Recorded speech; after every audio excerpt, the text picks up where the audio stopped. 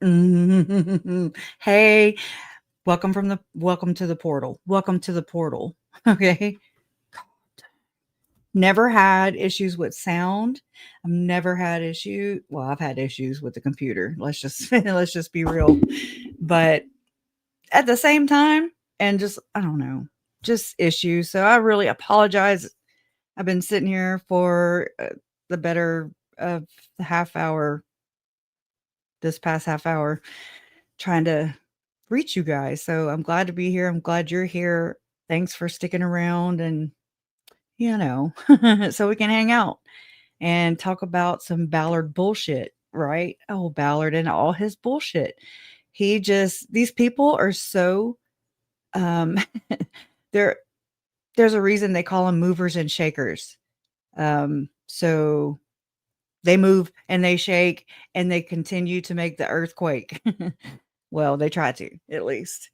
But I I mean, I was already working on Tim Ballard stuff, because the Charlie Kirk angle, not to mention, it really I didn't know this part where Erica Kirk had Romania's Angels or whatever, some god awful, I can only imagine it's these people with their nonprofit organizations and their ministries, and I'm just like, ew, I cringe when I hear these things. So I just found it interesting that Erica Kirk had, a ministry or basically a nonprofit organization that had access to kids, military, all that good stuff, in Romania. And then we have Tim Ballard, who, OUR, Operation Underground Railroad, and Spear Fund, and Liberty and Light, and slave stealers. Never forget slave stealers, okay?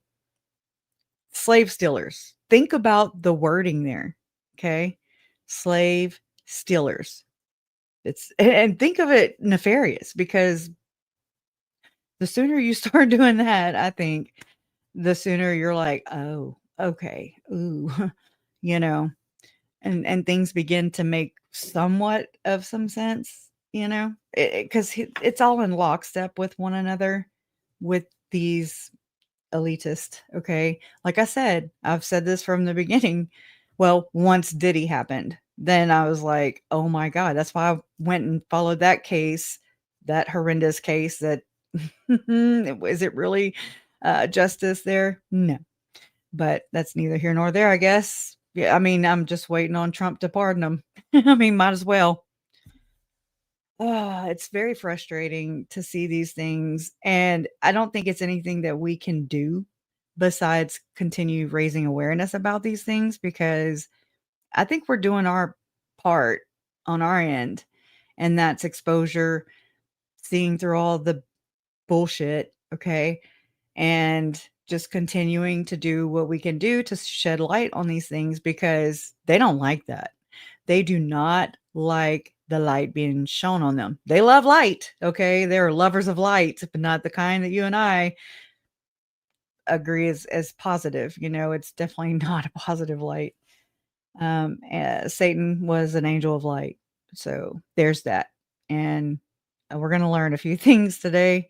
I haven't watched these things in their entirety, so we're kind of doing this together. Also, I looked into Tim Ballard's, like, okay, I knew that he went to Monterey Institute of International Studies, okay? And I've heard it, I've seen it on Wiki, I've seen it, okay? And I'm just like, okay.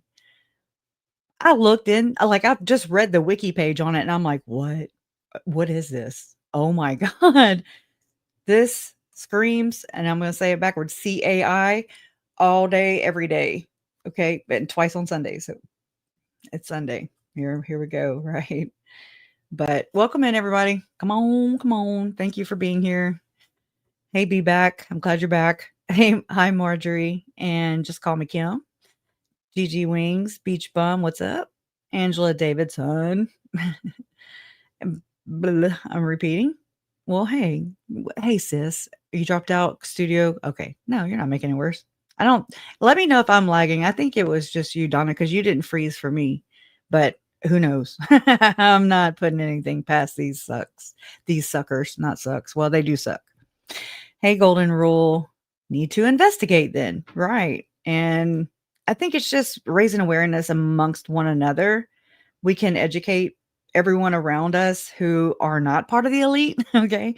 And we can just try to get people to see these things and these people for who and what they really are, because it's they're gonna I mean, okay, so there's different layers of this, you know. I don't have this prepared, so I'm just kind of probably gonna botch this up a great deal, but there's the whole like, let me go back to what I was saying, how I said that this is basically the Mormon pillar. There's 5 pillars I learned about.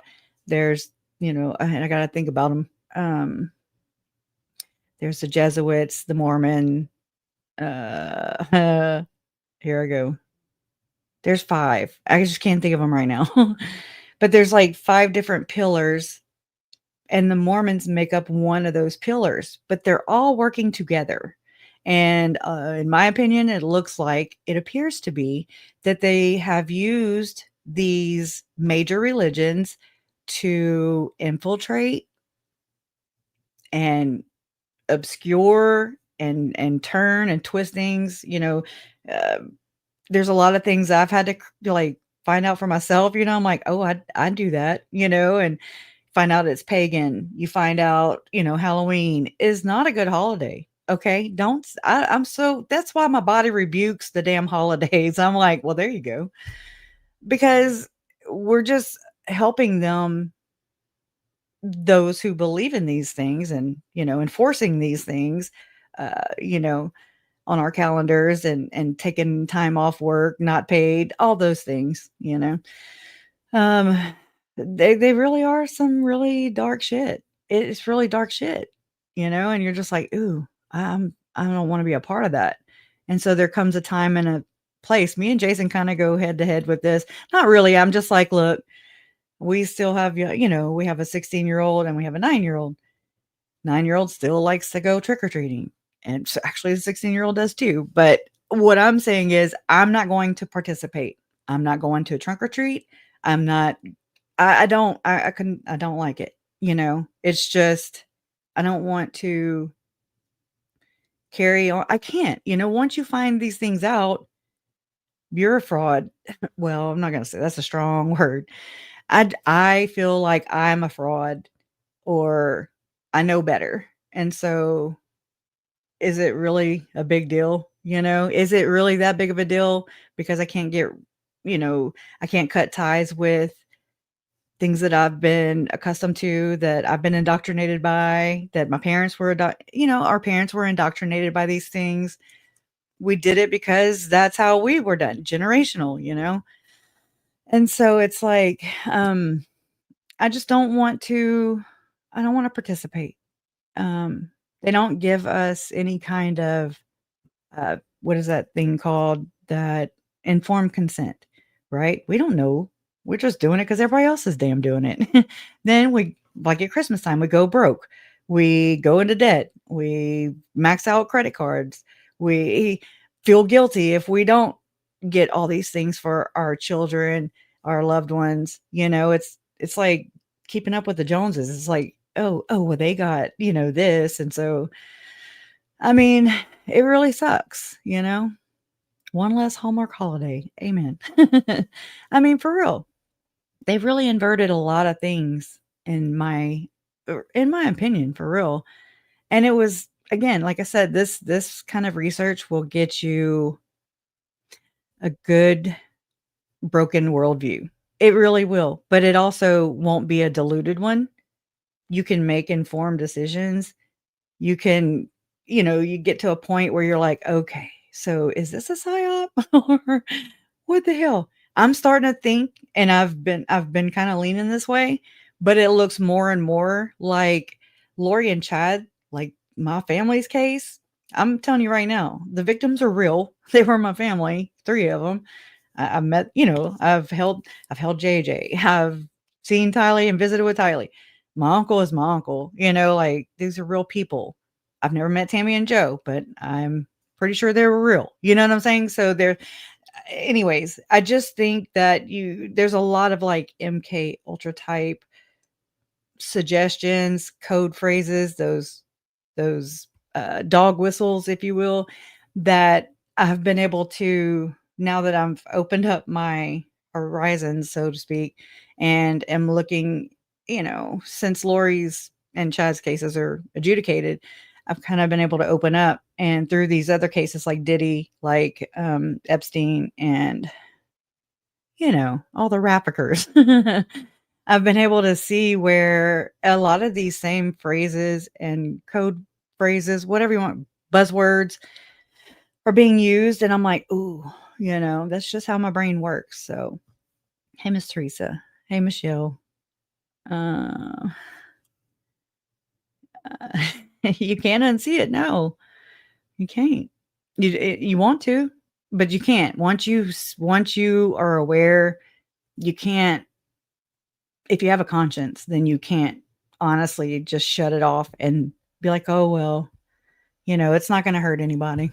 Yes, it is hurting somebody. I mean, I don't mean that directly, but come on, ignorance, it's bliss, but is it, once you know the difference, it's like, and I don't know everything, trust me, I really I'm just a young, well, compared to what there is to know about the world I live in, it's a whole lot more than I used to, so hey, Miss Catalina, I can't say it.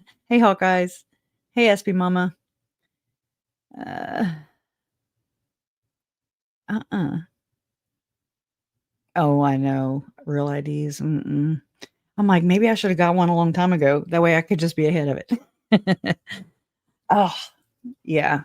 Um, just like with the, I'll just say 2020, right? We know what happened in 2020, a lot of things, but worldwide. And I mean, at first, I didn't know. I mean, I was like, what, a year into, not even a year, maybe six, however many months, 7, 8 months. The day that I found out that came out of that town in China, I'll just say, I was in the hospital Jason was in the hospital, and he had just had a thoracotomy.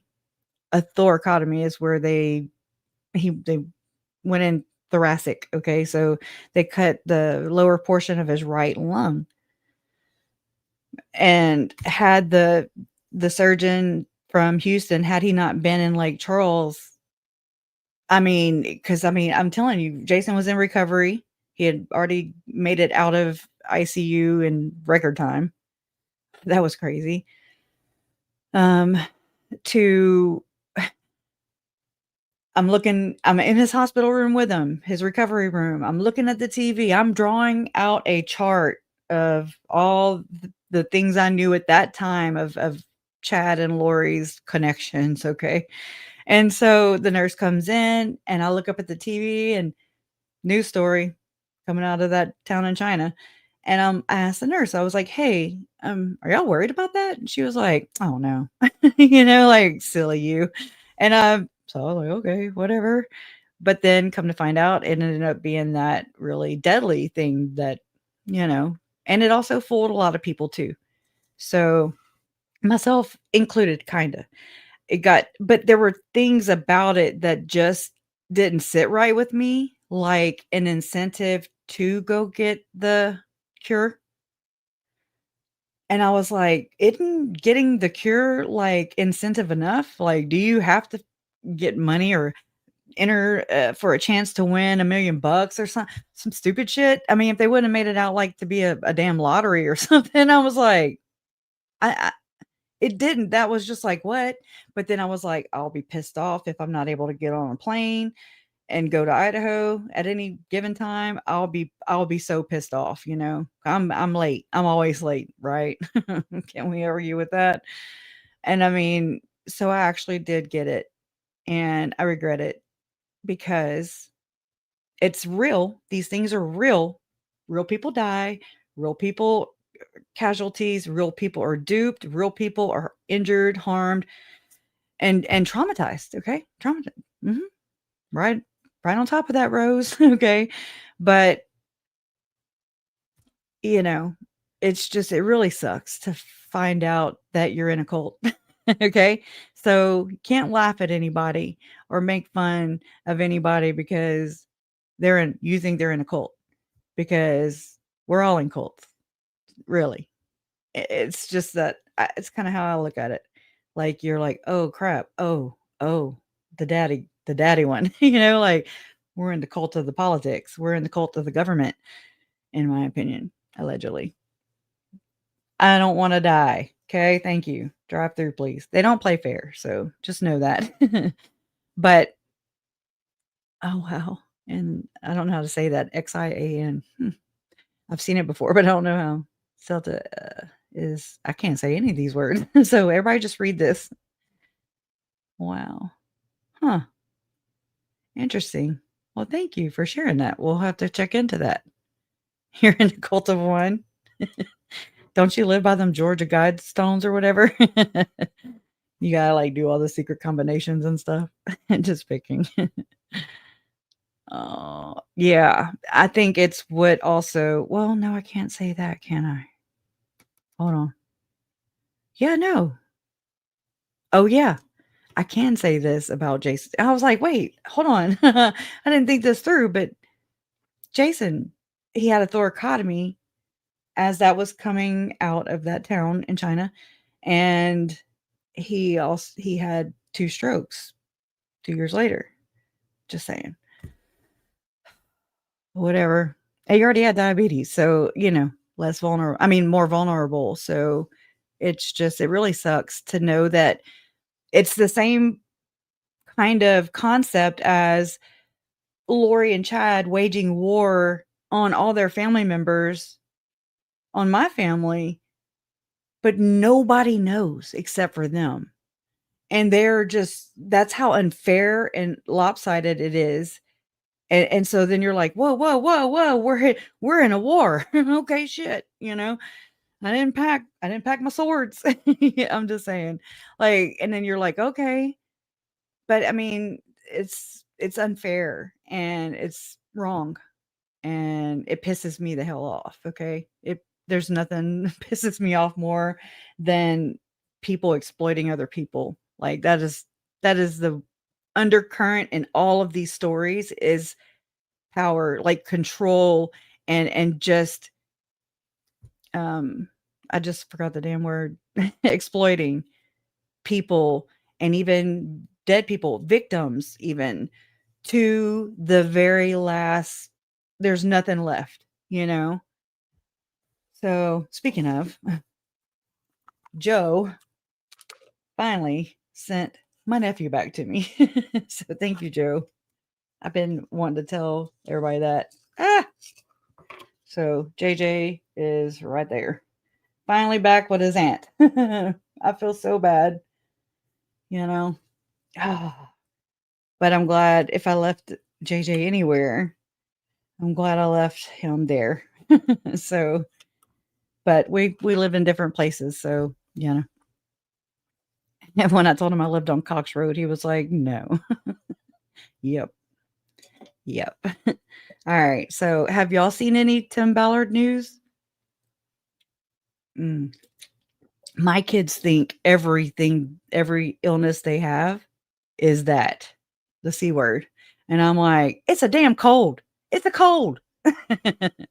Like, it's not that, you know? I never have either, Denise. Knock on look, I'm about to do a pagan thing, knocking on wood. Just saying. Yeah, me neither. Allegedly.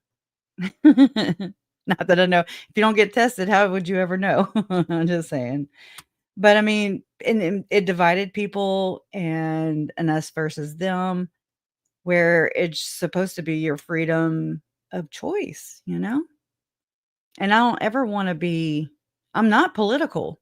I'm against, like, the bullshit, though. I can see like, that you can discern in anybody. You don't have to be a professional or an expert, I mean, you do to weigh in on somebody professionally and or expert give your expert opinion. go testify in court, things like that. But we can share ideas while they're still not illegal, okay? Because that is a coming. That's the scary part to me. Like, I actually kinda got a little scared this week, I am not gonna lie. I was like, "Oh, hell, don't let that get to you, Krish," like but, it makes me think about, like, Megan and Lori's cousin, Braxton, and he's like, "Rah, bring it on," so he can use all his prepper stuff. Prepper pride. Just saying. So, let me pull this video up. I was trying to do all this stuff, but like I said, I had computer problems, but I have it all pretty much around here. If y'all don't mind, just talk amongst yourselves for a minute. Mm, okay. Let me do this.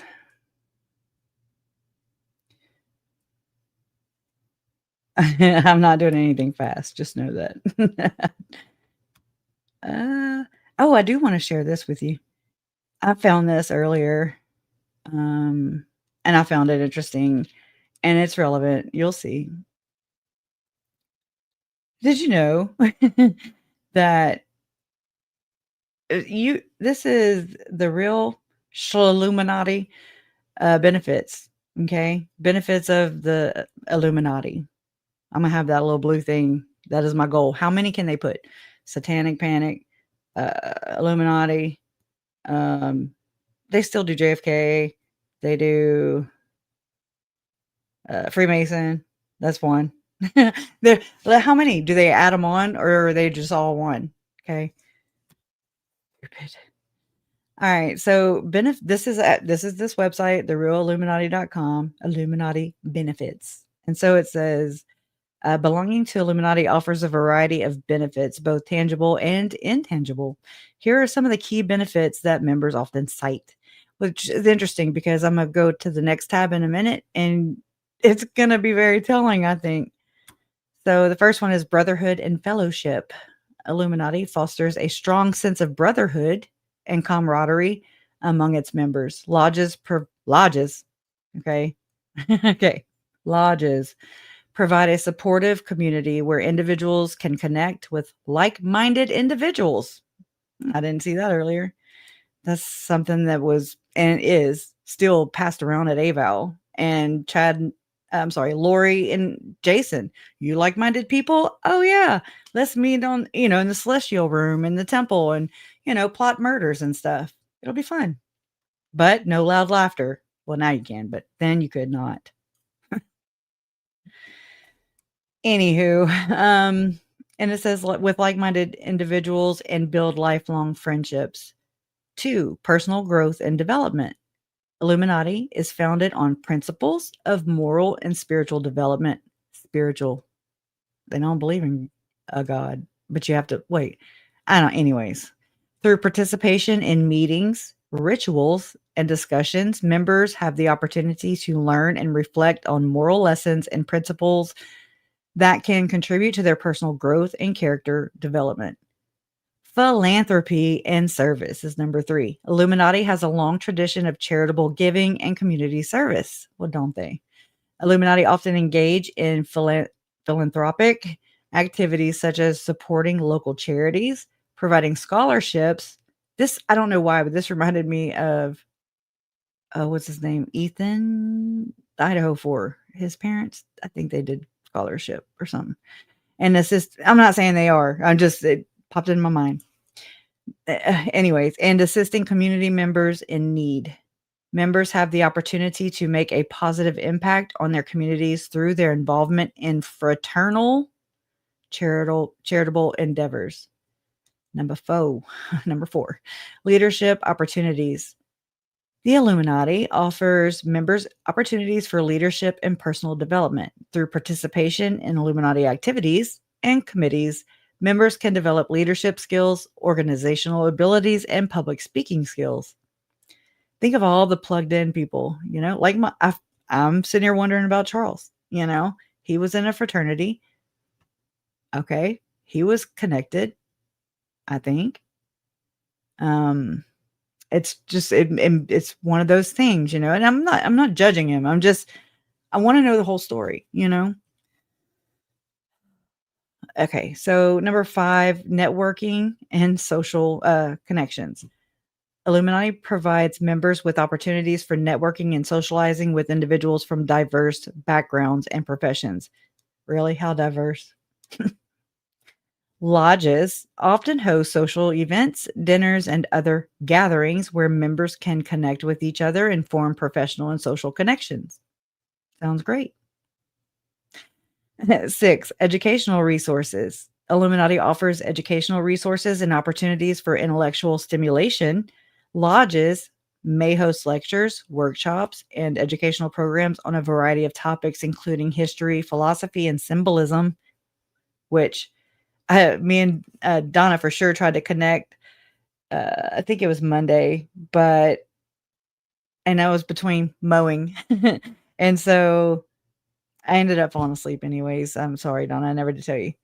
But we're just supposed to meet backstage, but yet we're gonna record it, just kinda, like, do a private and just kinda go over the symbolism because it'll help me gather all of this kinda stuff so that I can present it to a bigger audience, And still, I'm learning myself also, so I don't know.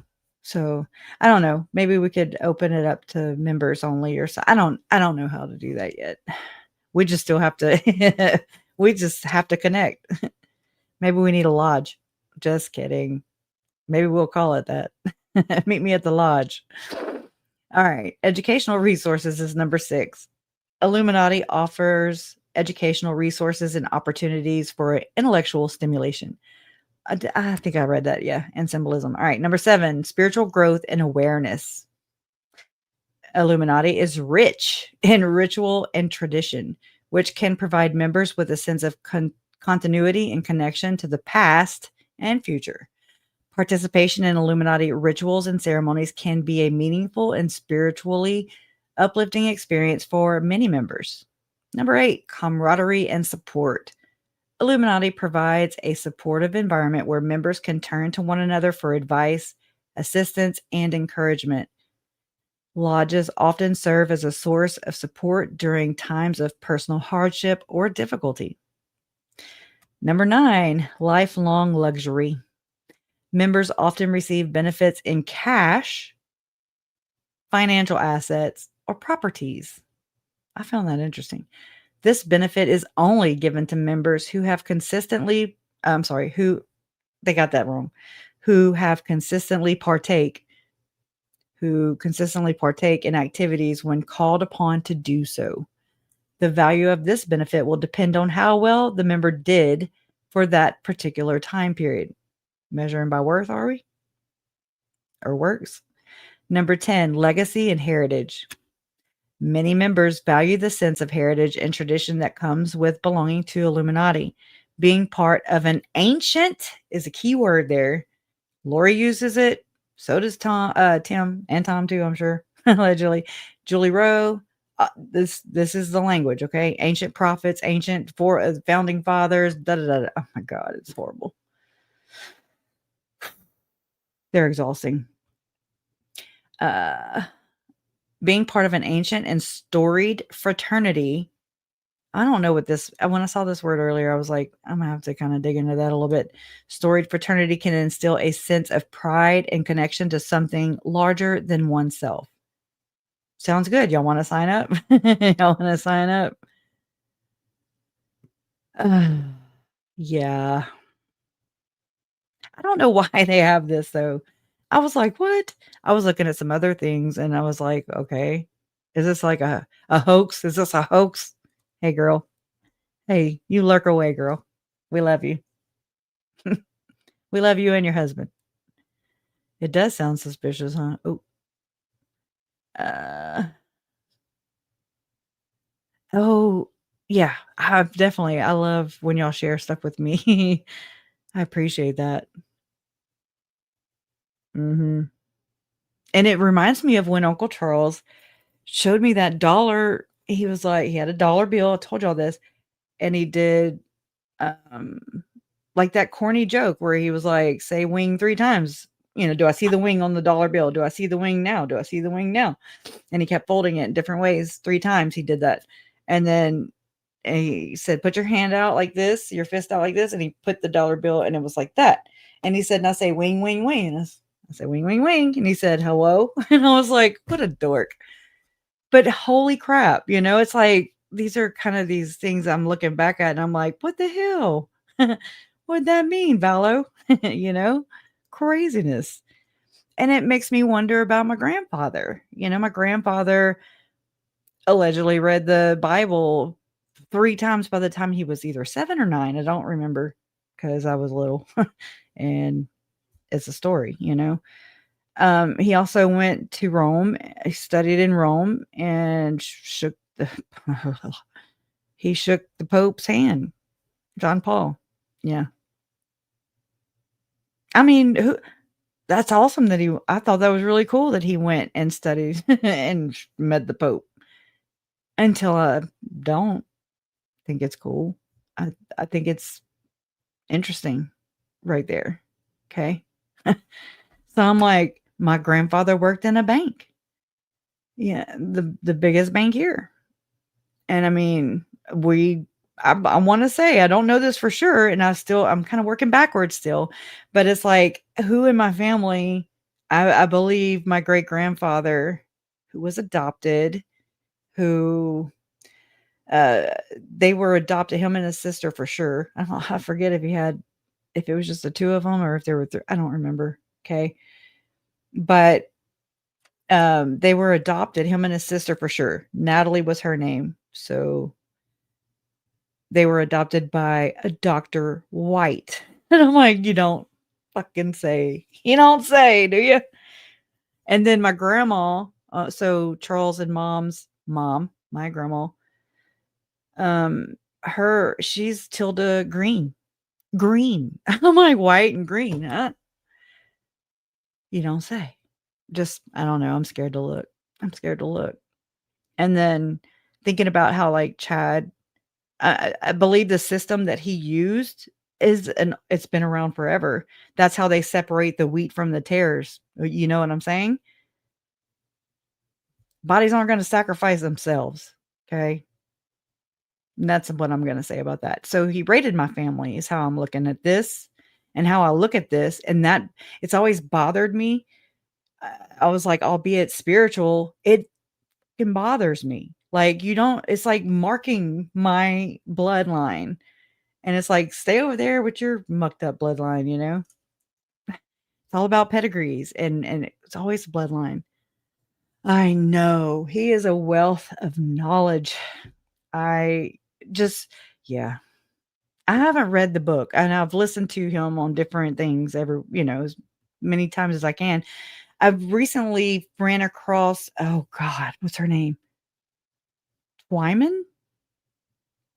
And I was like, holy cow. I was almost going to do a live and let's just sit there and listen to it. She died, I want to say in 2019. And I mean, she just explained things, whether they're true or not. I mean, you can either take it or leave it, but it's like open, and I'm like, oh my God. And she explained a lot of things for me about the Templars, which Tim Ballard was he's a Templar, 2015. Okay. So there's that part. Let me pull that damn interview up, okay, instead of sitting here pussyfooting around like I own a damn place, huh? Let's see. Let me open some of these computer burners. They're gonna burn my Wi-Fi. Just kidding. Oh, update. Y'all, if y'all will and look, I don't know. I'm just gonna schedule a live for Friday, October 17th at probably 1 p.m. uh Arizona time.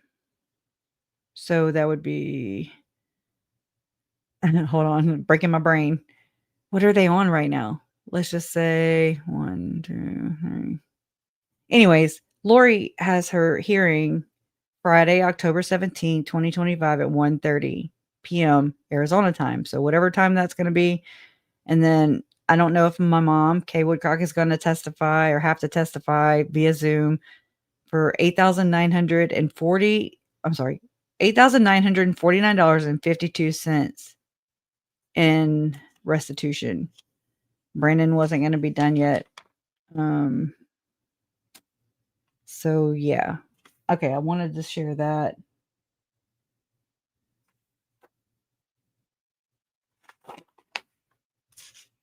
I've just been listening to a lot of people that I follow and everything, and I'm just like, oh, it's just making the connections, or I find that the most. Not, I really, it's a good feeling when you make connections, and then sharing them, and that way other people can share, and like Phil Lyman. Oh my god, right? Okay, what else? What else? What else? I'm old school. I did pull. I have it on a piece of paper. Sorry, I just made that really loud.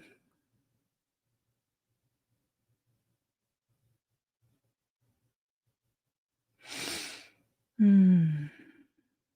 no, that's not relevant. Okay, let me pull these things up so we can get this going. Trying.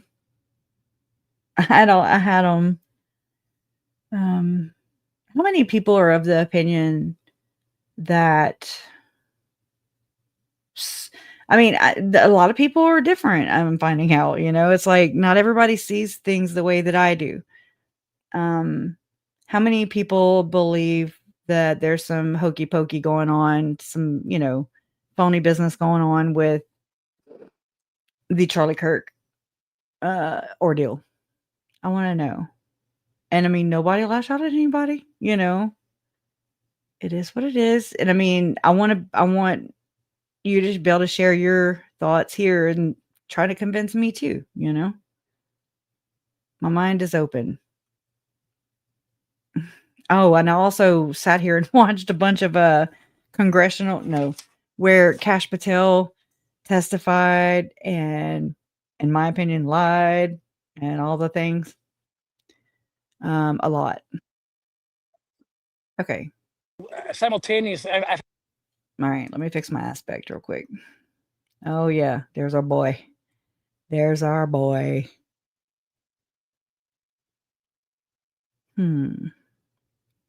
Y'all do. I mean, is it? Oh, hey, Diamond Dave. I finally got to see you today. Earlier on with Megan and Randy and Jean. It's good to see you. Glad you're here. You never care. I don't care for him either. I don't like anybody that platforms this fucker right here. Okay. Don't get any favors from me, is what I'm saying. If you platform them, you best be ready to put up or shut up, right? That's part of the problem but that's also part of the network where they all just vouch for one another because they're brothers, and Valhalla, they Valhalla. And I mean, all they do is just rebrand, regroup, blame, deny, project, and re-victimize, in my opinion. So, I mean, people have got to be able to see this crap for what it is. And it's like, how do we get through to people to where so that we can and try and lessen that a little bit, lessen the victim rate, It's crazy. If you'd like to come up, Diamond Dave, I'm asking you right now. I'm calling you out. If you feel like it. I'm like, Don't feel pressured. Okay, hold on. I just opened 2 windows at once. All right. Let me see. Let's switch to this one right here. Okay, let me fix my aspect. And then let's see. I'm going to play this first. This is Glenn Beck joins Operation Underground Railroad against human trafficking, right? A crowd of nearly 5,000 people gathered in St. George to take a stand and a walk against human trafficking. The hashtag RiseUp campaign is an effort to stand up against human trafficking organizations. Slavery is something that did not end with the abolitionist movement and Abraham Lincoln. It is something that is ongoing still today. And it started with the abolitionists then, and we need to continue to stand up, to rise up, to get loud, just as they did. It's more prevalent on the earth than it ever has been. And the sad thing is that the focus of it is on our children. Each year on July 30th, Operation Underground Railroad joins in that effort on World Day Against Trafficking. This year, Glenn Beck was invited inside on stage in St. George to speak on his efforts in joining the anti-trafficking train. He was welcomed by leader and founder of OUR, Tim Ballard. Both kneeled down on stage and prayed, knowing that God is at the helm of their work.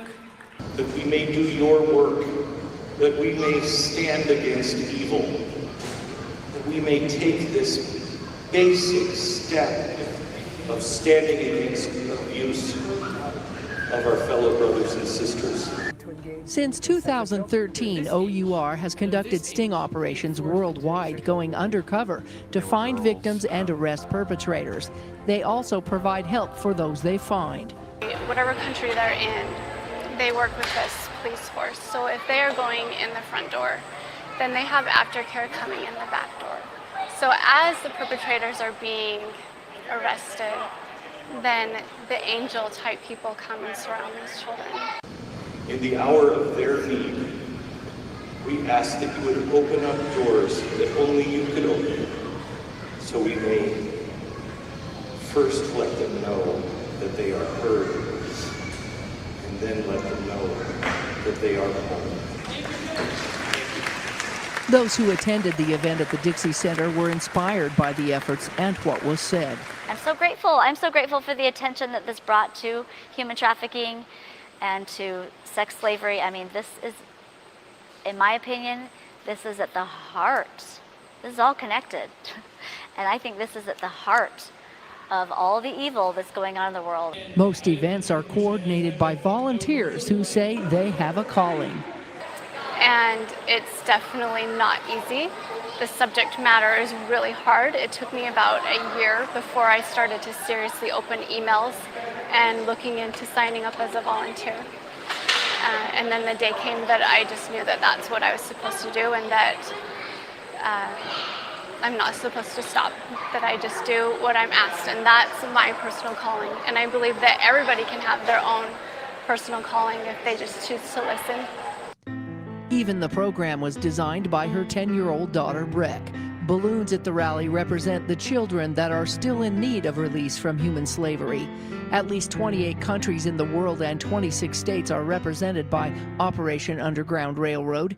The public can help by spreading the word that OUR exists.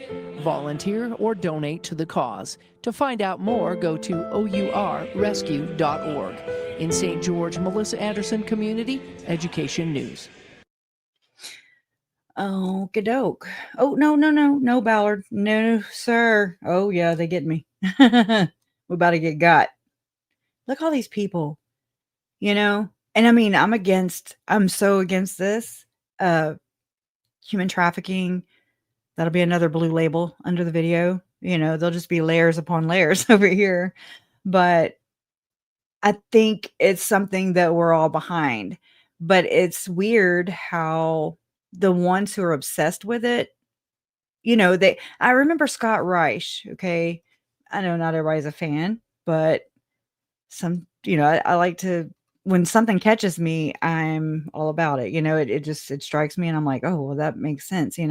Wherever our children are is where the predators prey. So hello, if you look at someone like in an inverted way, okay, that I'm of the opinion it's like birds of a feather flock together. And Tim Ballard was in the same loose circle, okay, as Chad and Lori, Melanie, David, Tom Harrison, Tom, right? You can't turn anywhere in this damn case without running into damn Tom Harrison and his damn visions of glory. Holy cow. I mean, it's everywhere. He's everywhere. He is in every one of these things. And if anybody wants to sit here and pin the tail on the donkey of who the guru is, the prophet, the wannabe, whatever, then it, in my opinion, is the one, pulling the puppet strings. And that to me is Tom Harrison, who remains mum on the word. He's just like, if I don't say anything, then maybe they will stop looking over here. And I'm looking dead at you, Tom. Don't be remote viewing on my ass, okay? Anyways, don't be gang stalking me. Anyways. All right, so that's enough of that one. But this is, I was like, holy cow. I think, yeah, this is, I had stopped it right there because, because, let me do this. Okay, here we go. I just want to show y'all something too. He is just very angry. Tim is a very angry man. He reminds me, and I'm not making, it just gives me this vibe, little man syndrome. They get the bigger trucks and stuff so that, overcompensating for something else. That's just the vibe I get. But looking at his schooling though is freaking scary in my opinion. I'm like, whoa, I don't know why I didn't dig into this before. I would just chalked it off as, well, I don't know. So that's my bad. I didn't thoroughly do my due diligence. Anyway, let me play this real quick. Okay. Lukewarmism. It's a word. Did you know that? They have to watch the hell that these kids went in part due to their lukewarmism. That's just justice. They're going to have to see it in this life or the next. And that's not, that's a long road to come back from. But look, Jesus is king. He won in the end. He's going to win. And I'm telling you, the revival worldwide has begun. And I know you feel it, Julie. You've been talking about it for quite some time. It is happening. I will attest that what you have said is correct. It's happening. It's happening all over. We're just one, we're just one point of a million points of light where it's happening, but it's happening. It's happening. It is happening. Is happening. That's something that Julie Rowe used to say all the dang time. So I've got a few clips I want to show you. With that, of course, see the hat too. You see the hat? It is. I mean, he is in Jerusalem, so. But the hat is very significant. It's a Templar's cross, which Templar symbolism, the cross is the obvious emblem of Christianity, thus appropriately the dominant symbol of Christian masonry. Christian masonry utilizes several different forms of the cross to teach a variety of lessons. These crosses are displayed both on the Knight Templar uniform as well as on the banners of the order. So this is the Passion Cross. This is what he has on his hat, which is the Templar Cross. Patriarchal Cross is this one. And Cross of Salem is right here. St. Andrew's Cross and Jerusalem Cross is right here. Maltese Cross. And then the Teutonic Cross. And there's old Jim Caviezel, which I found out. I just stumbled upon it. And let me pull it from my phone real quick so that I can share it with you. Well, actually, hold on. Let me stop moving around here. Hold on.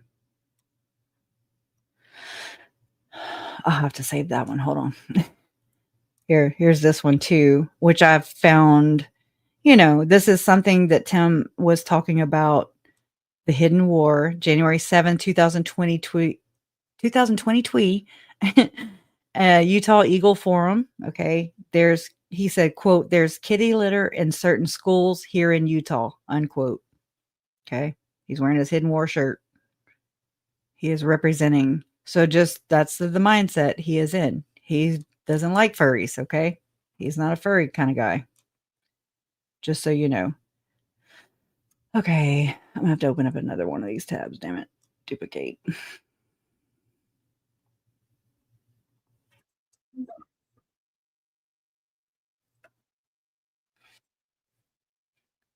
Hush. Hold on. Hold, please.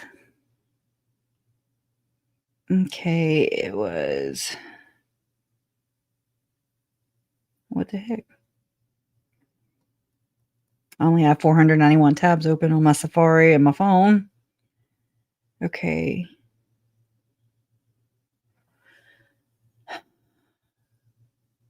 All right. I am looking for. What was I looking for? Damn it. I'm failing. Oh, okay. I remember now.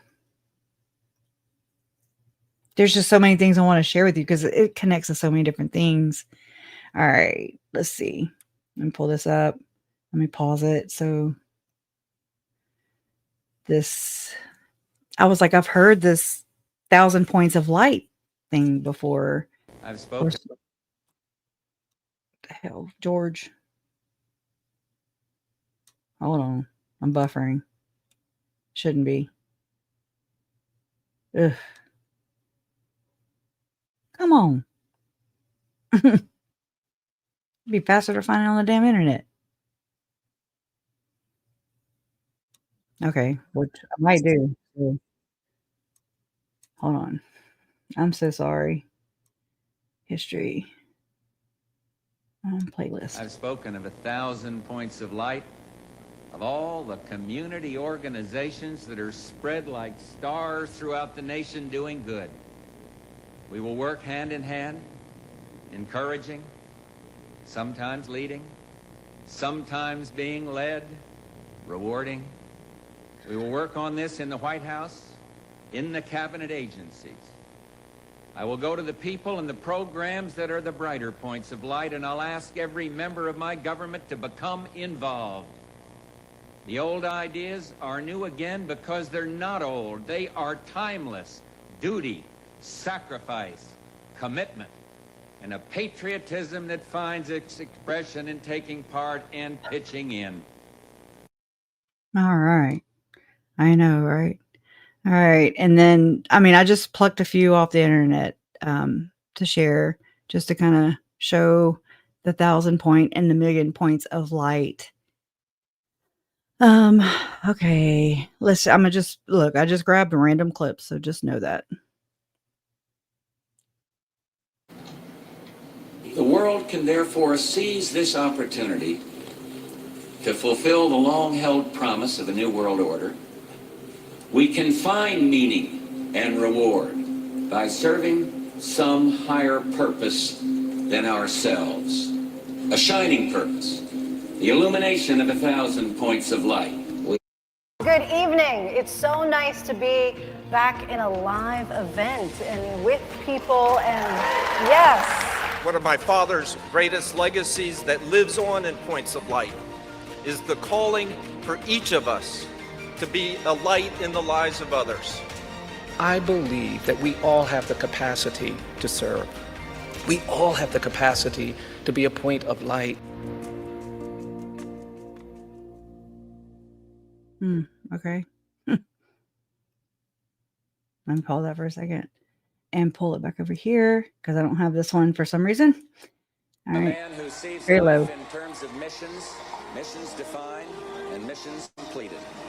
I will not allow this country to be made weak again. I will keep America moving forward, always forward, for an endless, enduring dream and 1,000 points of light. This is my mission, and I will complete it. Thank you, George. I used to just be in awe of these men, okay? And it's so aggravating, I you know? love America because Americans have got such big hearts. We see it every day in the acts of kindness that take place all over our country. As President George Herbert Walker Bush, or if you're a numbers guy, 41, talks about 1,000 points of light. But as usual, he's being modest because in our great country, there are millions of points of light. Millions. So I find that interesting because of what Timmy said, okay? Timmy was like, okay. He's going to win. And I'm telling you, the revival worldwide has begun. And I know you feel it, Julie. You've been talking about it for quite some time. It is happening. I will attest that what you have said is correct. It's happening. It's happening all over. We're just one, we're just one point of a million points of light where it's happening, but it's happening. It's happening. It is happening, and that there's nothing going to stop it. But so there you go. I'm just like, okay, it's just another one of those dog whistles, okay, that I have never heard Tim say before. I'm not saying that he's never said it before. I'm just saying I've never caught it before. But I did yesterday. So, let me do this too. Let's see. Jesus. Oh, goodness. It's 66 times.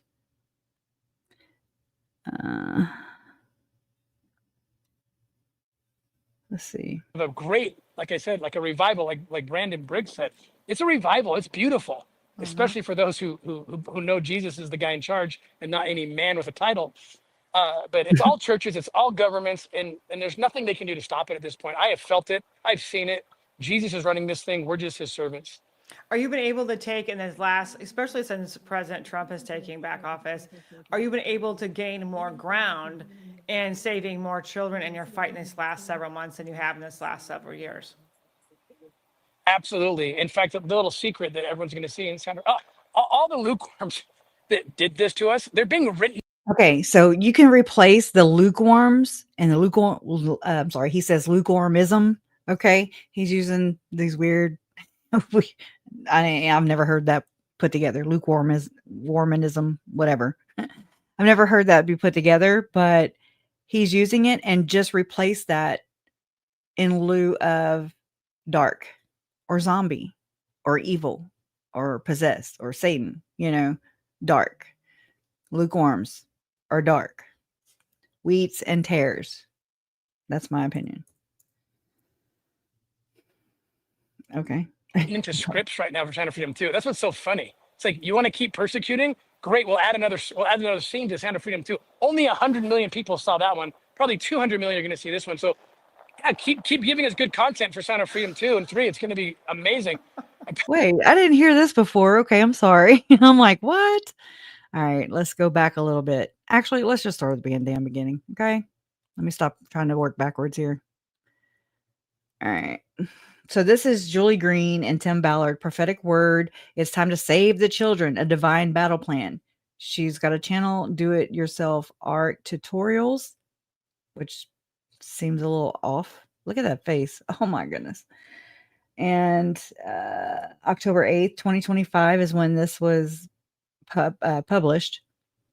And she says, an essential live broadcast you cannot miss. Prophet Julie Green, she's a prophet, is joined by anti-trafficking hero Tim Ballard for an urgent prophetic word. They are exposing the spiritual war being waged against our children and releasing a divine battle plan to fight back. This is a call to arms to save the innocent. Pray and stand with us. Yeah. Okay. Oh, look. Love that. Amen. This person says, protect the children from Tim Ballard. Okay. Oh, yes. What are you even talking about? See, I'm telling you. Those who are without sin, be the first to cast stones of dispersion. Only wolves dressed in sheep's clothing cast doubts upon those who rescue my little ones. What Tim Ballard is saying about SRA in the church and throughout the world can be validated. Yeah.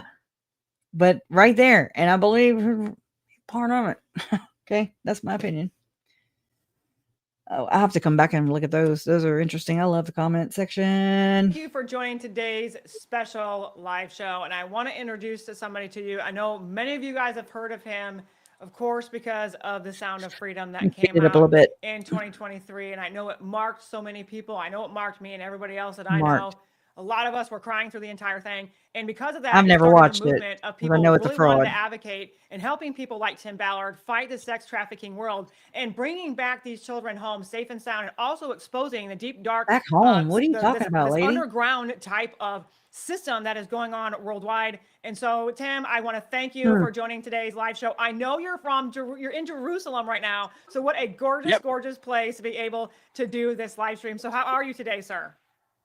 I love it. You can't not be happy in this holy land. So Thank it's you, just, Huggy it's Bear. beautiful. I love Yes. you. And so I want to ask you a couple of questions, especially because a lot of people know you from the Sound of Freedom. They know exactly, what you are doing. You advocate, you fight in the trenches. A lot of us can't fight. We fight in prayer in the trenches, but you're literally on those front lines fighting these things. What can you tell us that has happened in your life since the Sound of Freedom that you would like people to know? Well, as much as I knew about the evils of child sex abuse and trafficking, I learned a You lot didn't have to twist how my deep and how arm. dark it actually is with the success of Sound of Freedom. So people should go follow me, go on my social media, go look at, I did posts on from the Upper Room and the Garden Tomb. Go check that out because I reveal something that I'll reveal now. This is the first time I've done it live. Thank you. And by the way, yours is, I don't have time to listen to shows. You're the only show I listen to. Oh my God, You're it's really spot on fast. with so I many gotta things. slow And it's down. just like, anyway, I'm not lying. I'm being very honest. I don't say that to other interviewers. So thank you. How But how many people think, oh, he was just kissing her ass a little bit and blowing smoke up her, you know what? I do.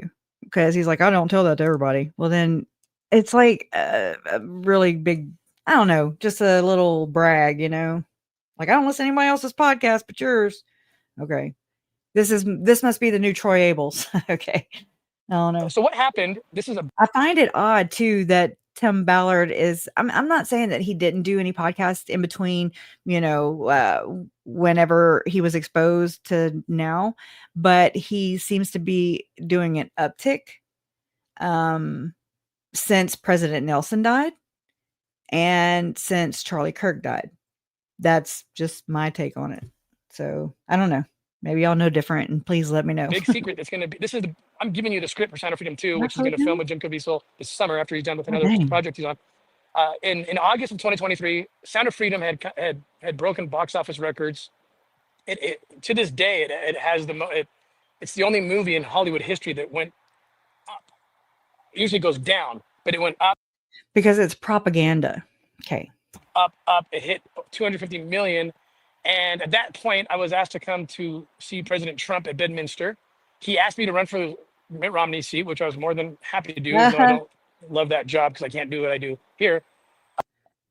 So I found that interesting too. He's like, oh yeah, President Trump wanted me to run for Mitt Romney's seat.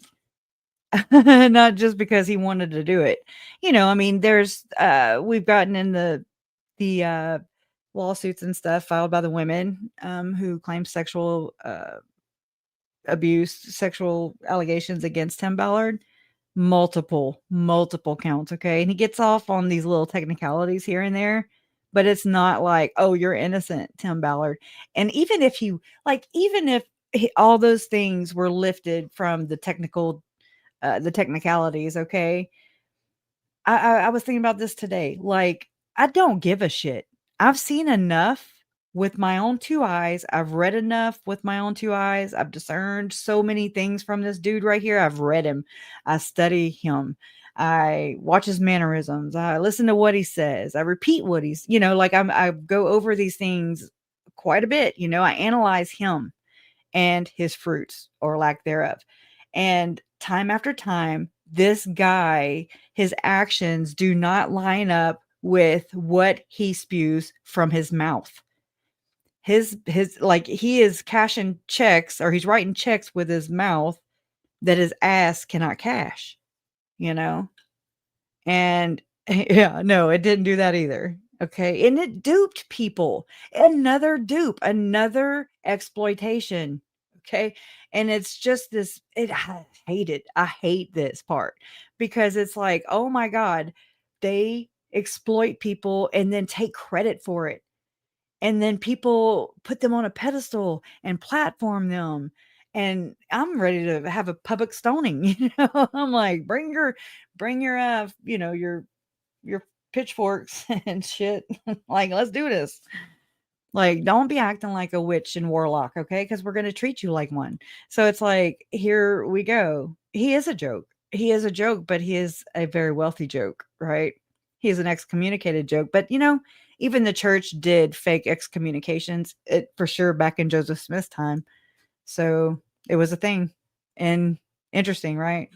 And I mean, again, I don't really put a lot of stock into what the church decides as far as like rebaptizing members, because we have Gordon Bowen who was rebaptized. We have Alex Cox who was rebaptized, yet they are alleged diddlers of the children's. Okay. And I'm just whatever. Okay.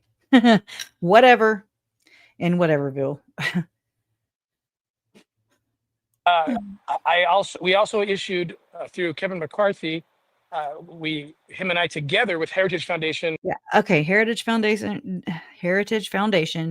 I remember finding these talks from Tim, early on in the case, and I still really don't know much about Heritage Foundation except it's a fraud, or I'm not going to say it's a fraud. I can't really say that, and put a blanket statement over that, but it just doesn't seem healthy. It doesn't seem like my values and its values align, because I'm not elite. And anyways, it just seems, I don't know. I don't even know what it is really to talk about it. Like, I don't, I'd have to do a quick Google search to even find out what it is, but to remind myself. Let's see, I'm looking for something too. Let's see. All right, let me just continue playing it while I look for something. But I don't know who Kevin McCarthy is. Huggy Bear, please. We put out something called the Yeah, Sound you of do. Freedom Act, which, remember, we were under the Biden administration at the time, and we were going to expose the I didn't know it was the Sound of Freedom Act. I have never heard of the Sound of Freedom Act. I need to look that up right now too. We'll do behind the mass scenes. trafficking going on at the southern border. I spent 10 years as an undercover Yeah, operator for I Homeland bet that's Security why. on that border. So we were going to bust it open, child ritual abuse, which a lot of it, most of it's That's happening not. in You said it was Utah, cartels. where I live right now. I'm originally from California, and then All right, hold on. Sorry. So, according to AI Overview, it says the Sound of Freedom Act refers to the Alabama House Bill. Oh, I remember this. 42, a state law signed in April 2024 that significantly strengthened anti-human trafficking legislation by imposing a mandatory life sentence for first-degree human trafficking of a minor. Okay, well, go apply that to your friend Epstein and then all your other friends. Okay. Damn. Okay, what is good with imposing all these laws and passing all these laws if you're not gonna damn like adhere to them? That's the problem. I was thinking about getting some laws, however that process goes, you have to get people to sponsor it and run it through. And anyways, don't get me lying, but I thought about it with, like JJ, with Charles, with Tylee, something in their names, I want to say my friend Jen had actually created one, and anyways, I don't know enough to speak about it, but about, for my Uncle Charles, and it was in Utah, but it didn't obviously go anywhere. I don't even know how that worked back then, but I thought to myself long and hard on this, is like, what's the point? Why would I want to pass another law or a bill or whatever, if they're not even enforcing the ones that we have? Like, it's so unbalanced and favoritism. Okay. Why, when President Biden is just gonna, pardon his effing son, and I'm not political. I'm not, but from what I knew at that time, as far into my research, I knew that he was up to no good, it looked like. And it just seemed really like evil. It just seemed wrong and evil and just spiteful and again, wrong, in my opinion. It's betraying. Anyways, it also established a new crime and increased penalties, making Alabama's law the most stringent in the nation. I mean, doesn't he allegedly quote unquote rescue victims from overseas?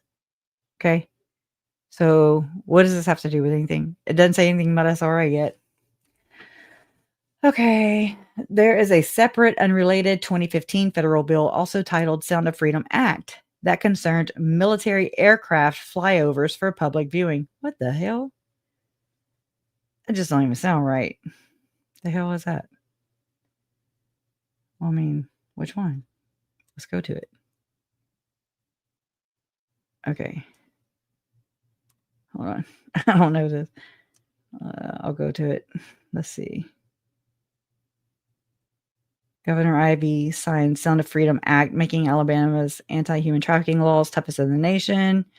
Governor Kay Ivey on Wednesday signed into law House Bill 42, the Sound of Freedom Act, elevating Alabama's anti-human trafficking law to become the toughest in America. The new law raises the penalty for first-degree human trafficking to a mandatory sentence of life imprisonment with the victim when the victim was a minor. During her State of the State address, the governor called on the legislature to send this bill to her desk. Quote, human trafficking of minors is one of the most heinous and heart-wrenching crimes in America. In America. In America. Tim Ballard says America is the leading criminal enterprise, blah, blah, blah, blah, all that thing. All that stuff. And heart-wrenching crimes in America. And because the most defenseless among us are the victims, those found guilty should face the harshest penalties, said Governor Ivey. Oh, I already read that. Sorry. Quote, as human trafficking spreads across the nation, law enforcement everywhere has struggled to keep pace with those who want to harm and exploit innocent victims. Sadly, we've witnessed such cases right here in Alabama where human traffickers continue to cavalierly defy our laws, but not anymore. Quote, there must be a line drawn in the sand, and Alabama is now leading the country with the toughest punishment for anyone who is found guilty of first-degree human trafficking of a minor. They will face nothing less than life behind bars. That is something these criminals will have to think long and hard about before they seek to harm children in our state. I was proud to sign the Sound of Freedom Act into law, enabling Alabama to take the lead in protecting children from these horrendous crimes. I also commend Representative Donna Givens for introducing and shepherding this important legislation to final approval. So, I mean, is this Donna Givens here? I mean, was this like hey, we'll just do this in the Sound of Freedom name to publicize it even more? Or, like I look at all these motives behind things because of who we deal with, who these people are, in my opinion. Like, it does not and if he cannot take criticism. None of these kind of people do.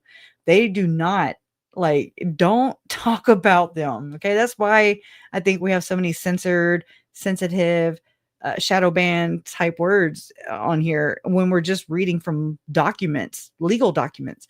And they're like, oh, hell no. Don't you? They know. Okay. They have us talking a whole different language now.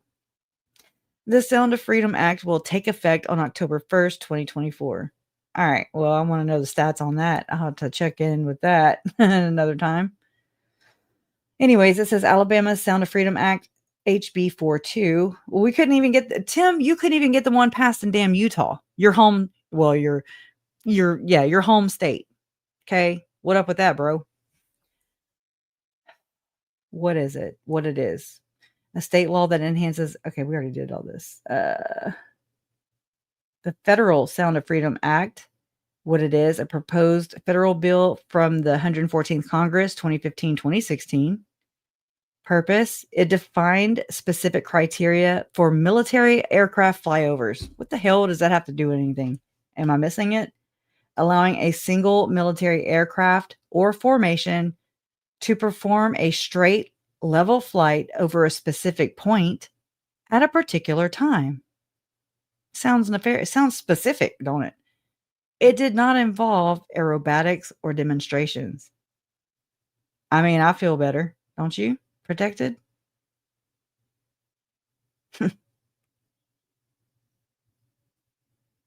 Is that it? I mean, where's the fireworks? Pay it forward for Sound of Freedom. Let's look at that. The truth behind Sound of Freedom. OUR Rescue. This is the updated, the current one. No, I ain't damn done it. Okay. While dramatized, Sound of Freedom, let's see how they soften it here. Sound of Freedom is a powerful movie with the ability to unite us on the global issue of human trafficking. With your newfound awareness gained from the film, which is inverted and perverted and obscure and twisted, just like Joseph Smith did the damn Bible, okay? Just like Tim does to history, okay? Just like this is what's going on. You know, I thought of this earlier too, and I've never thought of this particular. Hold on, I'm sorry, I didn't have my camera on. I thought about this earlier as to, you know, so hear me out. Whenever Mormonism, whenever Joseph Smith translated the Bible correctly, okay, because he's a freaking narcissist, in my opinion, straight up. Okay. How come it's okay for Mormons to just see that as another testament of Jesus Christ? That's how they think of it. But then yet you have people like Chad, Lori, Tom Harrison, Tim Bell, all these fringe Mormons who remove whatever. They usually don't remove, they usually just add doctrine, supposedly. Which, I mean, I've tracked everything right back down to the church, okay? Now. Okay. How come a Mormon will see that as a cult leader? How come that what? Like, right? How does a Mormon sit with the fact that it's okay for Joseph Smith to add doctrine to the Bible and not see that as blasphemous, but yet if somebody within Mormonism does it, it's, oh my God, they're Denver snuffer and they're trying to it's the snufferites, you know, it's like, okay, they're starting their own cult. Riddle me that. Okay, so just something I thought about earlier. Probably means nothing, but I gotta share. This is so draining. With your newfound awareness gained from the film, knowing accurate, oh my God, no, and in bold, they put this in bold, y'all. Knowing accurate information about child exploitation and human trafficking is the next step to effectively fight this unimaginable crime. Thank you for taking the time to learn about this important issue. And in boom, one time monthly. Yeah. OUR Rescue or Our Rescue was not involved in the production of Sound of Freedom. Okay. We did not have a consulting role in the movie or have approval rights. And most importantly, we did not have any financial ownership or share in the revenue profits of the film. I feel like this is deceptive. It's like not telling all the truth. Because the board of directors, they didn't change them all. Come on now. There was that severance package with Tim. They were still, paying him a healthy amount of money to represent, the movie does represent some elements of OUR Rescue's early operations that laid the foundation for what our organization is today. Tell them what your founder did. Assholes. Join us in the fight to end human trafficking. Do it first by 404 in this damn website, okay? Because it's nothing but lies, in my opinion. Based on a true story. Sound of Freedom was based on a true story. No, it's not. But contains dramatized elements. Yeah. Filmmakers took creative license in portraying the different ways that children can be trafficked, including in shipping containers. Mayflower much? While cases exist where children are transported in various vehicles. One study reveals I don't know where to check their stats right this moment, but I will after, and I'll come back with that.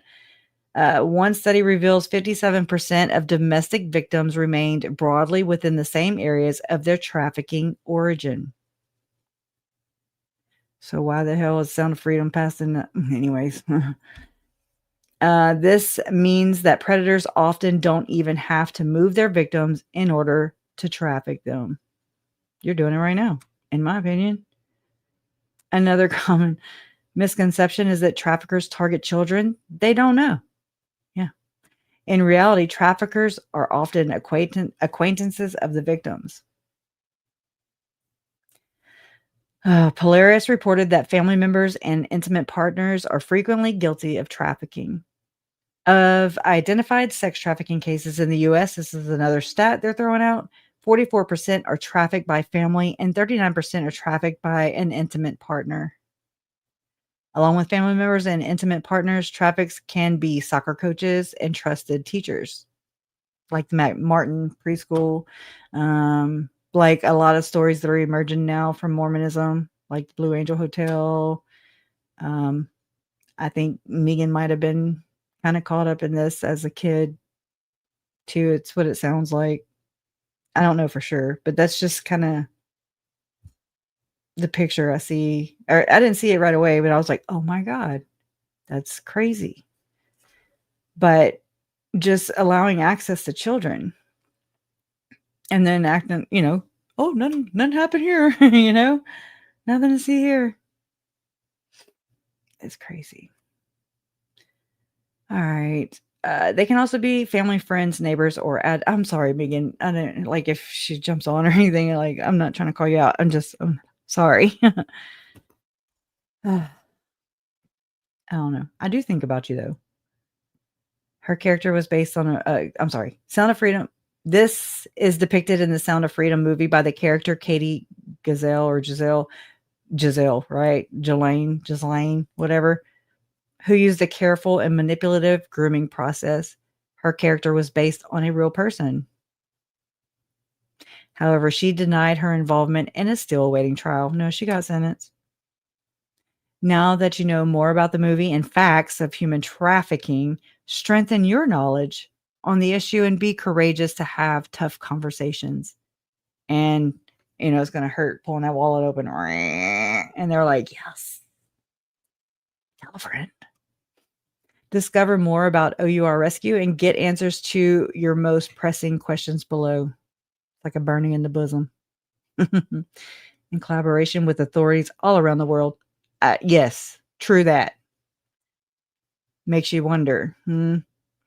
OUR Rescue has an unwavering commitment to help rescue individuals in need, protect the vulnerable, and ensure predators are brought to justice. Go knock on Timmy's door. Okay, he's having a little hard time. Utah's having a hard time. David Hamblin, David Levitt, Ukraine. Gordon Bowen. All them people. That's just a few. Paul Hutchinson. Marisol Nichols. She's in California. But round them up.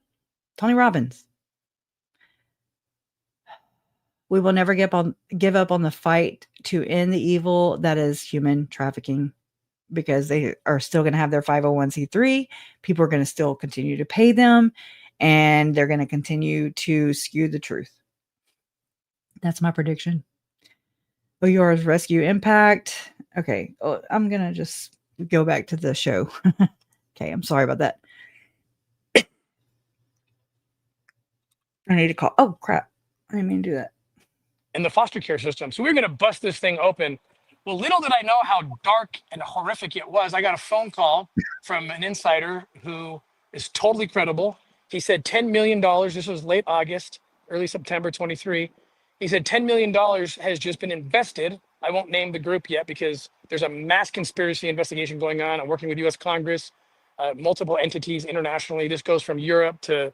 This is the biggest conspiracy in U.S. history. I just have quiet for 2 years because I had to play it like an undercover operation. I had to act like I was dead for a while. I was almost dead for a while, but I had to act. No, And then I'm sure you'll capitalize on that with the near death experience book. I'm sure there's one coming. I'm sure. this way in order to uncover it, to unmask them. And we've successfully unmasked them. People have been going to jail in surprising places. And this is all coming out next week. So if you have me on in like 2 weeks, we can talk a lot more about what's going to happen. Oh, So, yeah. He dangling the carrot. This was October 8th calendar. And today's the 12th. Come on, Timmy. Come on. Drop the T. I get a phone call saying $10 million has been sent to destroy you. I said, what's it going to look like? Oh, you heard him swallow? let me listen. Saying $10 million has been sent to destroy you. I said, what's it going to look like? They said a bag of bricks, and that's all they would say. 3 weeks later, it begins from the Mormon church. Okay. Wow. Unbelievable. This is the church that I've given my life to.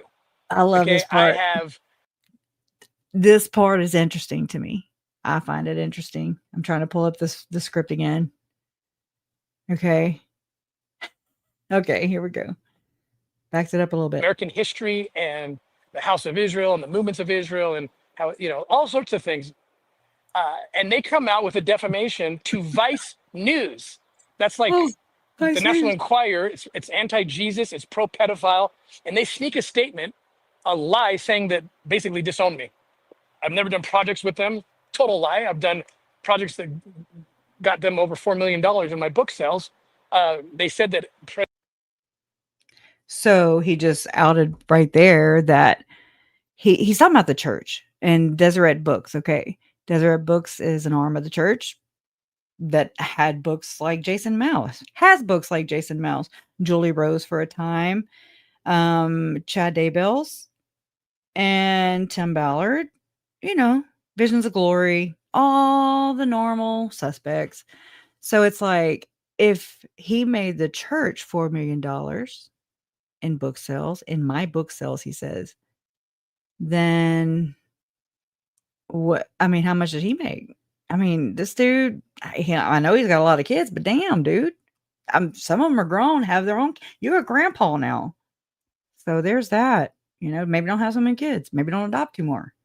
So you can, like parade them around like some kind of incentive. Some kind of, it was like Lori adopting a child, period. But then to come to find out he had special needs, my nephew JJ. And then it's like, oh, hell yeah, jackpot, because then they capitalize on that, and prey on his vulnerabilities. And it makes me wonder if this is happening with, it just makes me question these things.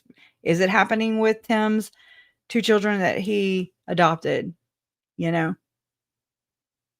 Just saying. If he, it's like an accessory, like, hey, look at me, I adopted two. Yep. It makes me wonder. I hope they have good, incredible, healthy, mentally healthy, all the healthiness. Okay. But it's relevant, I think. We've done projects with them. Total lie. I've done projects that got them over $4 million in my book sales. They said that President M. Russell Ballard, not related, but he's one of the apostles, my best friend at the time, said that he just. I thought it was your not grandpa. I swear they related, because Janet Russin, remember whenever that stuff came out from Davis County investigation into Tim Ballard? It was the one which I was reading through, by the way. And it looks, yeah, I'll get into that in a little bit. But they were talking about the 10,000 alleged emails from Janet Russin, who was Tim's intel allegedly for these missions, these ops. She was remote viewing, okay, which is the same thing that Tom Harrison was teaching to Chad Daybell, to Julie Rowe. Remote viewing. CIA ops. That's hello. What do you think the hell this is? And they're crawling all around all these cases. It's gross and it's obvious as all get out. I hope people can start to see these things. And it's like, And I mean, I came to a point where I was, I mean, a while back, it's weird to say, like, is this a psyops? No, because they're real people, but real people do die in these psyops, you know, unfortunately. And, there's things that like the blueprint talk, the master, the builder, all these dog whistles, the Constitution's hanging by a thread, but then yet people put that off onto the white horse prophecy. Oh, we disavow that. Oh, just like we did polygamy. But they're like, we're just kidding. Yes, we denounced it. We denounced polygamy. All right. Here's your call out. Okay, don't tell nobody. Shh, shh. Meet me up in the upper room. Okay. We're going to seal you guys together. That's where we got James and Elena and that horrible loin fire story, which I found that wording, which is crazy. This is crazy. I wish I had it to show you right here, right now, but I'll never find it right now on the spot. I was reading some Freemasonry literature and it said a scientific phenomenon. And I was like, called loin fire? I was waiting on those words, but no, it said something else. And I was like, that is so odd. You don't just put scientific phenomenon, Chad added loin fire to it, but it's Freemason talk. So it's like, oh, wow, boom, to me, that's a huge clue into it's this inside speak, and they're talking to each other in language that they understand. Okay. So the reason why people are like, what are you talking about codes? What are you talking about symbols and signs? That's how they talk. They push this. They preach this. They teach this. This is how they communicate with one another. So I had to learn to adjust the way once I became aware of all this stuff, I was like, I started catching things and I was like, oh man, I'm not fucking crazy. And they can't be doing it this often. It's like Jason, he started rolling his eyes like, oh, okay, what now? And I'm like, all I can do is point it out. You don't have to believe me. And I don't know if it's real or, I don't know if it means anything nefarious or not. I'm just, now I have to call it out because I see it. And I just want to make a note, a mental note. And I think we should all do that. I don't think what's the harm? What is the effing harm? We read how many people follow body language professionals or experts or whatever. A lot of people. Okay. And a lot of our communication with one another it's a large amount of nonverbal communication. So I'm not crazy. You're not crazy. And people who tell us we're crazy, they're fucking crazy. Okay, that's my opinion. But anyway, so let me stop talking. My friend at the time, he's my best friend. They said that President M. Russell Ballard, not related, but he's one of the apostles. Why do they have to my say best that? friend That means they're at the related. time, said that he disowned me for doing immoral things. I mean, these guys lied, unbelievably lied. Now, the problem they have, and we'll talk about later, is I had already announced I was running for the U.S. Senate, and I was 80% in the first straw poll. Do you know what happens when a nonprofit meddles in an election? No. This is I bet you this fucked is around not and found small. out. Oh shit, This I'm is sorry. criminal, allegedly. I'll say allegedly, but we know what it is. It's defamation. It's so many things. And that people that call themselves Christians and represent Jesus Christ could possibly. Possibly. The way he does that, I'm like, oh my God. He is such a drama queen. Tammy, you're a queen. Just saying. Ready? Get ready for it. And that people that call themselves Christians and represent Jesus Christ could possibly. That must work on us kids. Involve themselves in such pharisaical activity. They destroyed my life and they knew it. They intended to. Tim, you destroyed your own life. And I'm sure, you're going to continue to push it off on everybody else. The devil did it. The devil made you do it. It's the devil's fault. That seems to be par for the course in this arena, this field. I mean, Ruby Frankie, Jody Hildebrandt, Lori, it's just never their fault. It's like Melanie Gibb confronting Lori, and she's like, that Satan has deceived you. And she's like, what? You calling me a core whore? Which is the Antichrist. And that's the most I've ever heard Lori get upset. You can tell her, hey, you murdered your kids? Tell it to my defense attorney, And she's like, she looks at herself and she's like, uh-huh. Anyways. But I mean, don't call her a core whore. I thought I was tripping the first time I heard that. I was like, who? What? She is a core whore. They're all this one's a core whore right here. They're ushering in the second coming of not Jesus Christ. It's with NWO. Is what it is. That was the most like, what? Because that's something Lori told my uncle, and he reported it to his attorneys, which I found out, y'all. And I don't know how to explain it, and I don't want to go stop and pull all the things, but Mormonish, right? They've been doing the work on, hold on, I've got to at least pull it up on YouTube. I got to at least pull up the title of the video. It's the, I can't even think about it.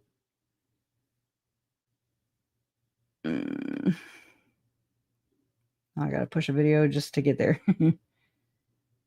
Okay. Now, sometimes you got to swing the vine, Which one was it?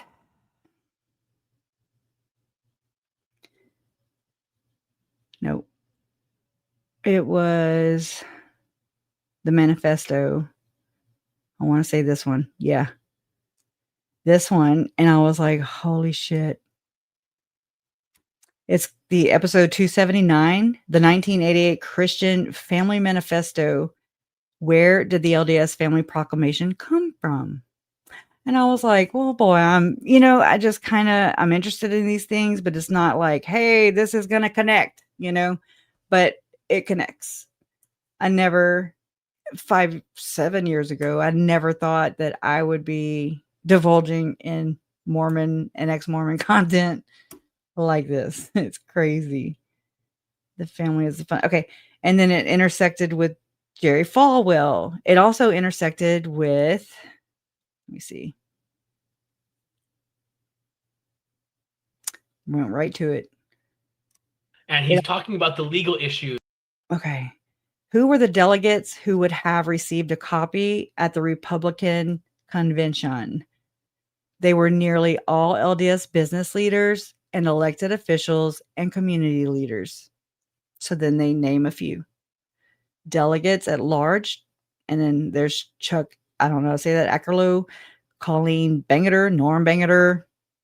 Y'all know Adam C. talks about the Bangeters. I don't know if it's those Bangeters, but, Carol Clark, Brian Hatch, which I was like, wonder if he's related to Orrin Hatch. Yeah, well, there you go. Orrin Hatch, John Huntsman Jr., Alex Hurtado, Carolina. You got some splaining to do. I'm just kidding. But Alex Hurtado, Randall Mackey, Will Burn. Look how they have LDS, LDS, LDS, LDS. You see what I'm saying? Like some of these are not. Anyways, I'm going to skip a few. Well, let's see. Oh, Richard Snellgrove. I want to say this last name has shown up in the Charlie Kirk case. I don't remember right now what exactly, but that name popped out. Okay, so this is the name that popped out to me, and I was like, oh, damn. Here's Lisa Hurtado too, Carolina. Lisa and Alex Hurtado. Are they your relatives? Tell them to take their name off that damn list. Just kidding. Steve Ellsworth is what got me. And I was like, son of a bitch. Let me pull it up. I don't know if it's clicking for anybody yet. It will. I think I spelled it wrong. Let me go back over there and see you.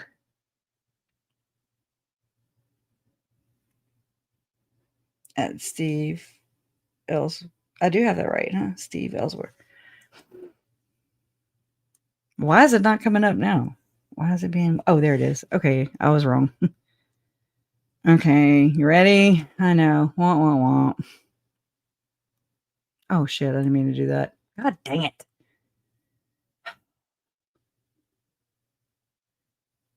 Do you see what I see? Hi, welcome to Ellsworth Family Law. Facing a family legal matter can be overwhelming, but you don't have to go through it alone. Our team at Ellsworth Family Law is here to help with compassionate and expert guidance. We understand the challenges you're facing and can help with clarity, support, and a path forward. Whether it's divorce, child custody, financial support, or mediation, we're here to answer your questions. Click on the buttons below and let's get started. Anybody? Anybody? Yeah. Managing and founding partner. This is Steve Ellsworth right here. Arizona State Bar Certified Specialist in Family Law. Fellow of the American Academy of Matrimonial Lawyers. Fellow of the International Academy of Family Lawyers. For over 35 years, he's been in this. Okay. He went to Brigham Young University, J. Reuben Clark Law School, cum laude. Bachelor of Arts, Brigham Young, BYU. Okay. And so I've never checked these credentials. Why?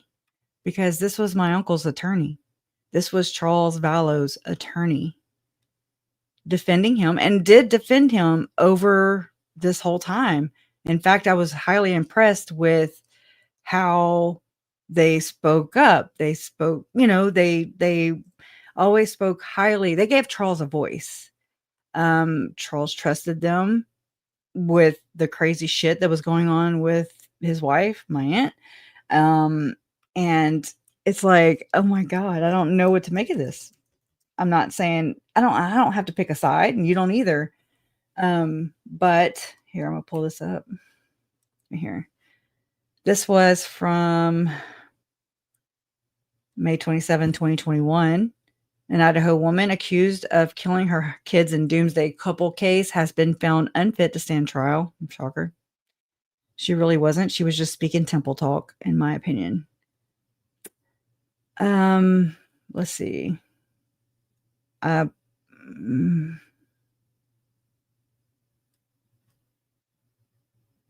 on.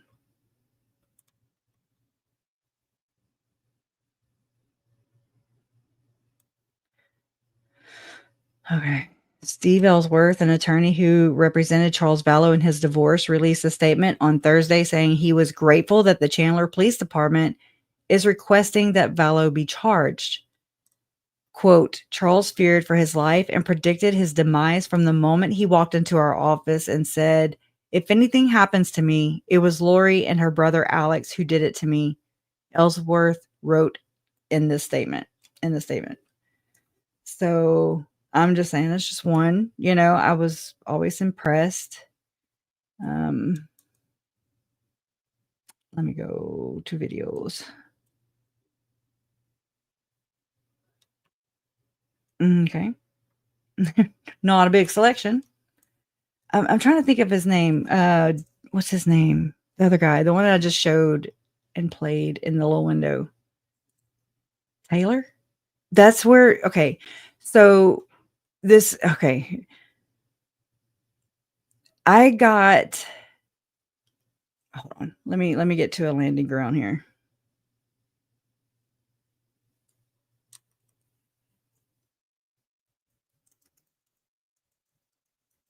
I want to explain it right. Ooh. Ooh. Okay. Here it is. I'm glad. Why can't it make it this larger? I can. Open up a new damn window, of course. So this was found in the documents, and this is where I got this saying, this quote. And this is an email from Charles Vallow, Tuesday, April 2nd, 2019 at 10:07 a.m. to Taylor Larson, the attorney. Subject, Lori. Charles says, hey guys, I felt I owed you this much at least. I'm now in Houston in our new home. I say our because Lori is coming after she finishes packing in Arizona. Lots of forgiveness, more misunderstandings, and as I told Taylor, love always wins. Thank you, Charles Vallow. So I don't know. It slapped me in the face when I saw that, and I was like, that encompasses my uncle. That this love always wins. He's taking his wife back, unbeknownst to him that he's going to be dead shortly, and that his children are going to be dead right behind him, and that all this, all this, and love always wins encompasses who I believe my uncle was in my eyes and appeared to be to a lot of people. So it's heavy because, so let me go back to, if it'll let me, this is this family manifesto. And then Steve Ellsworth was one of the business leaders who received this family proclamation, this family manifesto back in the 80s, 1988, Christian family manifesto. To me, this tells me, this is just my interpretation or my theory. Okay. This to me looks like the planning to shoot more to a Christian, they couldn't just transform again, like you can't. You're wanting to gain more members. You're wanting to increase your portfolio, right? Check, and check. And then proselytize and monetize, right? I mean, this is what we're doing here. And, but so why wouldn't they send this to everybody? Why just at the Republican convention? Why? They were nearly all LDS business leaders and elected officials and community leaders. That sounds more political and not so much. And maybe I'm reading too much into it, or maybe I'm missing something. I know community leaders, but what does that mean? Like your church or your state? You understand what I'm saying? And then one of those people just happened to be Steve Dam Ellsworth, the attorney that my uncle went to, okay, to file for divorce and get Lori served with her crazy ass. So I'm just like, what? That I don't know. Maybe y'all probably like, whatever, girl. And I'm just saying it out loud. It's big because this, I believe, was the church putting this into play. The alleged plot to transform, taking Moroni down eventually, putting up the crosses to proselytize and monetize the whole world. One love, one government, one world. You understand? I mean, to me, it kind of fits. But if my theory is true, then that's 1988. I was 10. I was born in 78. I knew nothing about the damn Mormon church, so it's just interesting. This is how I see it because they're accelerationalist, and whether people, I mean, I see the leaders going to this, talking this in the rhetoric, in all the scripture, you can see this language. So it's not crazy when Chad and Lori say the church of the firstborn, because it's prophesied that the LDS church is supposed to be corrupt, end up being corrupt, and be taken over by secret combinations, right? What is Gordon Bowen doing? He's studying the damn secret combinations. I mean, and he's making the Jesus emblem, the logo that everybody sees. Gordon Bowen is behind that. Gordon Bowen was excommunicated or whatever in 2003. Did you know that Gordon Bowen is also the one that when Vice News was contacted via official church email letterhead, you want to know who wrote that? Gordon Bowen. Gordon Bowen is like best buds with Mitt Romney. So it's just interesting to watch that feud happen.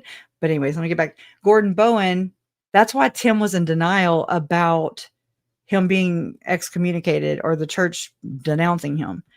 So that denouncing him for immoral behavior, right? That whole thing that was written by Gordon, backed by the leadership, who confirmed it even, but it was sent to Vice News. And when I found that out back then in September of 2023 or 20, whenever it happened, 2023. Yeah, I think. Shit. Hell, it might have been 22, huh? Anyways, irrelevant. I remember being like, oh, whoa. I mean, if people really knew that Gordon Bowen's making all these big shots, he has, control and trust with publicly denouncing Tim Ballard via Vice News. I mean, he owns McGarry Bowen.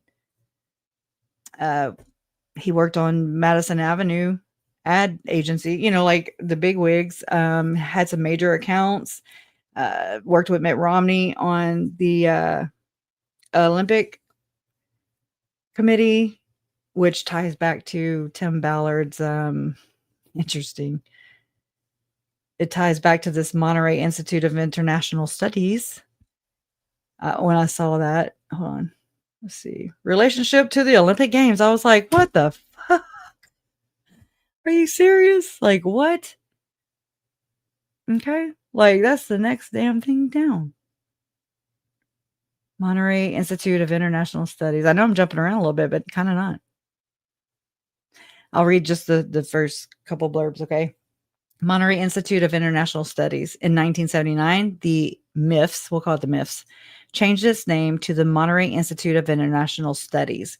In the 1980, a representative from the American Cattlemen's Association, interesting, because you know who is the biggest cattle whatever? Frankie Vandersloot. Okay, allegedly. Well, I need to know why there's a lot of red things on this other page, No, the links no longer work. All right. Did y'all know that the Qatar, the country Qatar, where Sean Reyes was frequenting a lot with I don't know if with Kash Patel just yet, but they would both frequent the country. Qatar. God, I keep thinking of all these things. Sean Reyes. He wouldn't turn over his calendar. Qatar.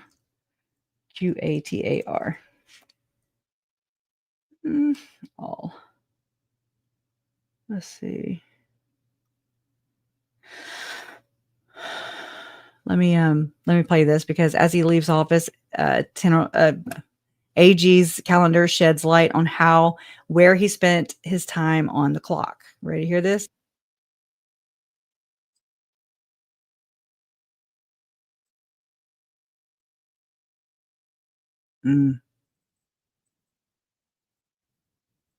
Uh-oh. It says that I lost audio. Are y'all seeing it? Or I mean hearing it? Just let me know. Dollar, make it holla. Thank y'all for being here. If y'all would please hit the like button. We're gonna need help getting the algorithmic wave getting pushed out there. Not that I'm entertaining, but hey, I'll share a bunch of random stuff. Anyways, just okay, y'all. What about this? Just let me know if y'all cannot hear. Okay.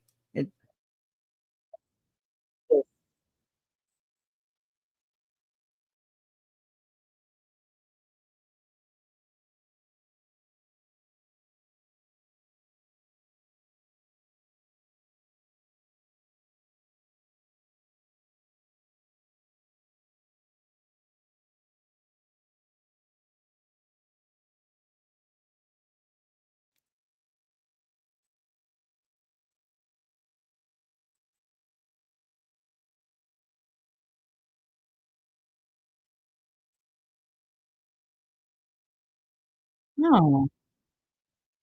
Left place. Cannot hear the vid. Okay. Cannot hear it. Okay. All right. That said that I lost it. So let me redo it. And yes, that's the child abuse. Okay. Sorry about that. It said it and I was like, okay. Reboot. All right, we're gonna back it up. It's important. God dang. Monday, Utah will have a Let me new know. attorney general. Derek Brown will be sworn in, taking over an office that has been tainted by scandal and controversy for years. He says one of his goals here is to create transparency. One of the things, for instance, we'll be doing is releasing our calendar publicly so that people know what we're doing. It is a stark contrast from outgoing Attorney General Sean Reyes, who fought to keep his calendar secret. Now, after a 2-year court battle, KSL obtained access to the Utah Attorney General's calendar. KSL investigators have now been through all 9,000 pages. The interesting part isn't just who the AG met with, but where. Tonight, Daniela Rivera breaks down those locations and what they tell us about outgoing AG Sean Reyes. Where does Utah's AG work? You might assume here at the Capitol, and he does work here along with another official office in Murray. But his calendar showed us he also took meetings in a less conventional space. Mac's Place in Salt Lake City, run by a friend of Reyes, Brady McIntyre. It's a private, members-only club offering conference rooms along with a barbershop and massage services. The calendar indicates from 2021 to 2023, Reyes took more than 24 meetings at Mac's Place with his staff, State Treasurer Marlo Oaks, an array of businessmen, and a conversation in 2022 with conservative activist Kimberly Fletcher of Moms for America. The group supports getting rid of the U.S. Department of Education. The topic of Fletcher's meeting with Utah's AG, not listed. So, should a top state official do the public's business at a private club? If it's the people's business, as a matter of practice, the work for the people should be done in the people's office. Chris Toth is the former executive director of the National Association of Attorneys General. He says an AG should avoid even the appearance of impropriety. We asked Reyes' office why he chose to do the public's work here, and a spokesperson told us Max has meeting space and public meetings are often held in private locations. Reyes spent time out of state as well with routine meetings in Washington, D.C. His calendar also shows he went out of the country to Ireland in 2022 with the Attorney General Alliance. The group brings AGs together to learn from one another and at times connects corporate sponsors to the state's top lawyers. If you're going to do the job of Attorney General fairly and honestly, everybody has to have equal access. The Attorney General Alliance is the same group that arranged a trip to the World Cup for state AGs, including Reyes, the junket paid for by the host country of Qatar. Insights from more than 9,000 pages of calendar entries revealing where and with whom the AG spent his time in public office.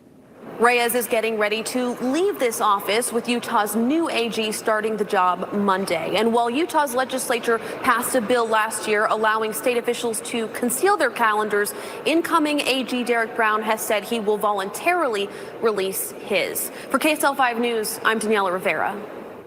Thank you, Danielle. Okay.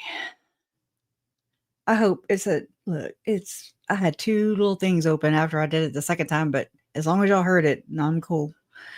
Let me know if you didn't. I'm not going to close it just yet. I'm smoking. So, FYI, Qatar. Thank you, Marjorie. Thank you. I thought I was saying it right. I was trying to say it like them. I don't even know what they said now. I wasn't even paying attention. But thank you. Thank you. Qatar. It's like me being called Kersha or Krisha. All right. So this was interesting, right? The Healthy American, Peggy Hall, Substack, Trump to send U.S. troops to Gaza. And she says that I'll just let her say it. Peggy Hall back with you from thehealthyamerican.org, streaming live October 10th, 2025. Did you hear the news? Appreciate you. There is an apparent peace deal that Trump and his son-in-law, Jared Kushner, and another fellow who is a real estate developer, Steve Witkoff. They have put forth this 20-point peace plan for Israel and Palestine. Now, take a look here at this handshake and just let me know, do you see what I see? That's where I got that We're from. going to be talking about this peace plan. We're going to be talking about the astounding and atrocious idea of sending American troops to a far-flung area, especially when Trump based his entire campaign on America first. We are going to be looking at the military industrial complex and the companies that might surprise you who are making billions of dollars through a kind of money laundering scheme with your tax dollars. So we'll be looking at that. And I will also give some of my analysis about the startling and shocking points of this peace plan. Let me know if you've heard about it. And as we are getting underway, I want to thank the sponsor of our video. We're hopping right on over to Noble Gold. Help you. Someone was questioning the political leader of Israel, as if somehow questioning the leader was just, off limits. That somehow, like, I'm not allowed to question Trump. I'm not allowed to question Governor Newsom. And somehow I, as a Californian, am responsible for all of Newsom's horrible policies. That would be a big NO. So anyhow, probably most of my coverage on Israel has been taken down off YouTube, but you can find it over on BitChute. Now, this man is Steve Witkoff, and he is the one that you'll see in this image here. And I'll sing my little song again. Do you see what I see? These hand gestures are significant. And these are the gestures to indicate that they are in a club that you ain't in. So you'll see it here, this pyramid pose. You saw it. Oh, actually, this is a special handshake for the secret club. And most people know the secret societies as Freemasons, but there are many that we probably don't even know of. And they're very intermingled. But the point is, this indicates that they are in on it together. So this is the Egyptian president, and you've got Steve Witkoff here, and you've got Jared Kushner. They both are basically, how do you put it, real estate tycoons. And I'm going to share with you how they are going to stand to benefit from this transaction. Now, today, October 10th, this photo is dated today, October 10th. Here's a fellow who apparently is afraid to breathe outside in public over here. But Steve Witkoff was appointed by Trump to be a special Middle East envoy. And here, hold that thought, because I want to show you why this matters. Because I eyeballed this a long time ago. Trump Jr., it came across East Idaho News, September. Oh, no, I didn't see this one. Okay, well, this is new to me then. Oh, shit. Okay, so Trump Jr. visits Idaho Falls for private meeting at Melaleuca. Who owns Melaleuca? Secret Santa. Idaho Falls. Frankie Vandersloot, allegedly. Yeah. So Trump Jr. leaves Melaleuca following a closed door meeting Wednesday afternoon. Then why the hell report on it? Okay, got your boss, Nate. Anyways. Idaho Falls Donald Trump Jr., the son of Republican presidential hopeful Donald Trump, stopped in Idaho Falls Wednesday afternoon for a closed-door meeting at Melaleuca Global headquarters.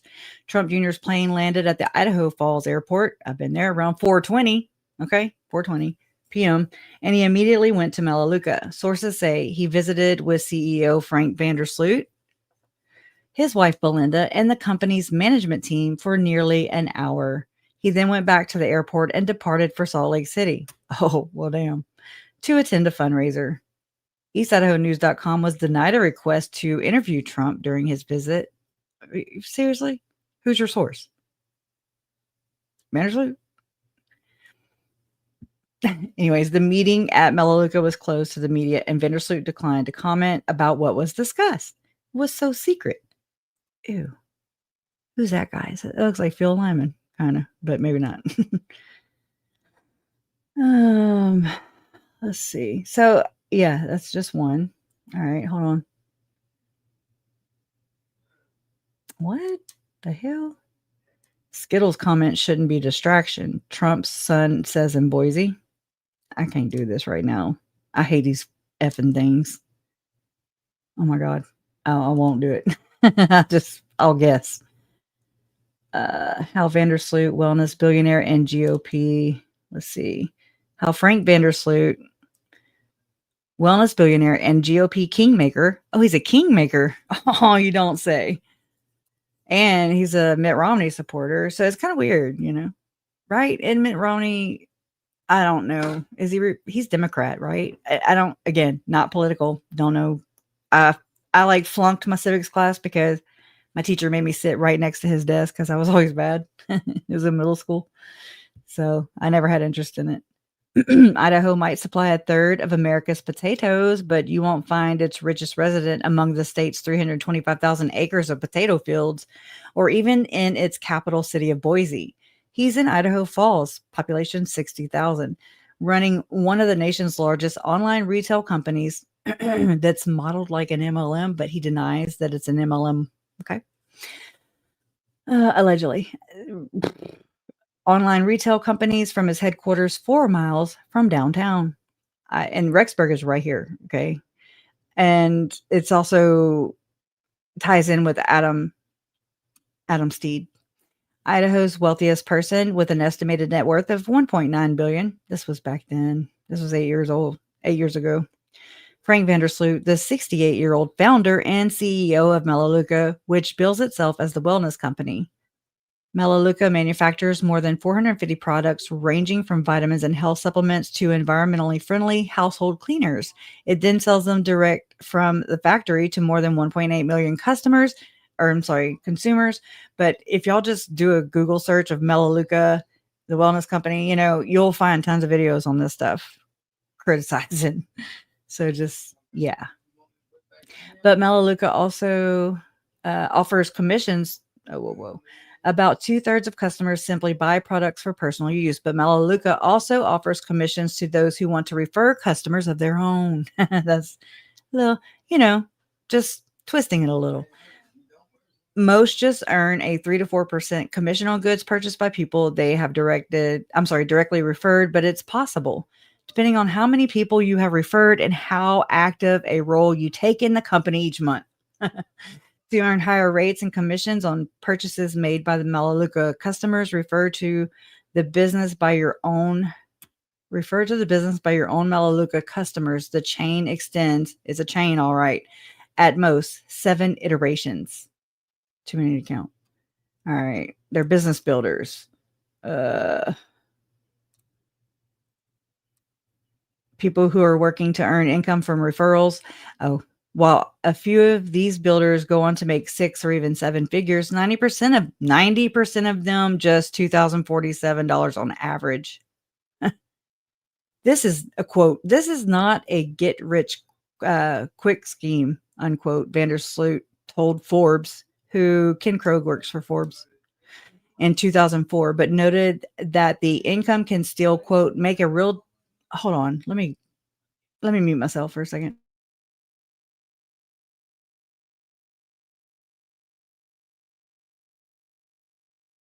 Sorry.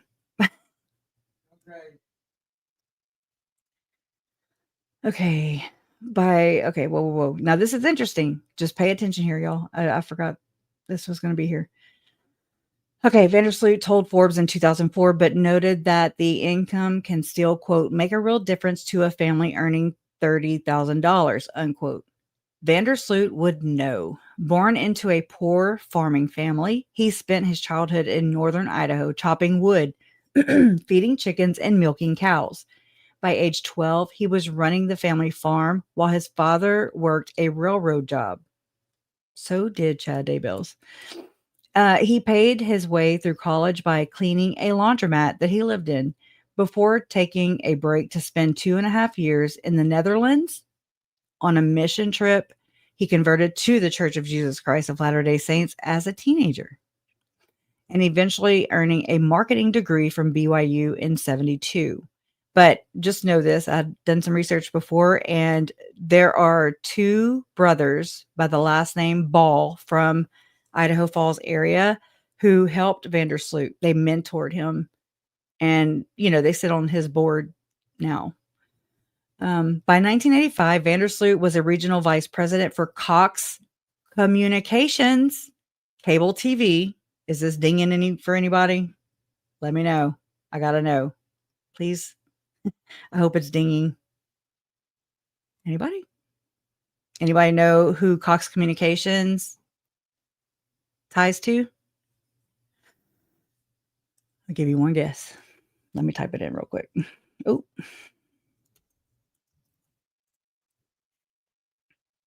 Right here.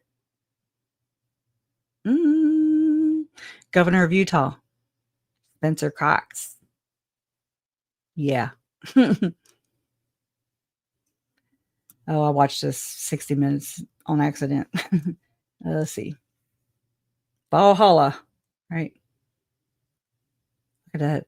Oof. This is a dark day for our state. It's a tragic day for our nation. And I want to be very clear that this is a political assassination. We are celebrating 250 years of the founding of this great nation. That founding document, the Declaration of Independence, that this great experiment on which we embarked together 250 years ago, that we are endowed by our Creator with certain unalienable rights. The first one of those is life. And today, a life was taken. Charlie Kirk was first and foremost a husband and a dad to two young children. Come on, Cox. He was also very much Well, as long as politically you involved, edited. and that's why he was here on Kidding. campus. Charlie believed in the power of free speech and debate to shape ideas and to persuade people.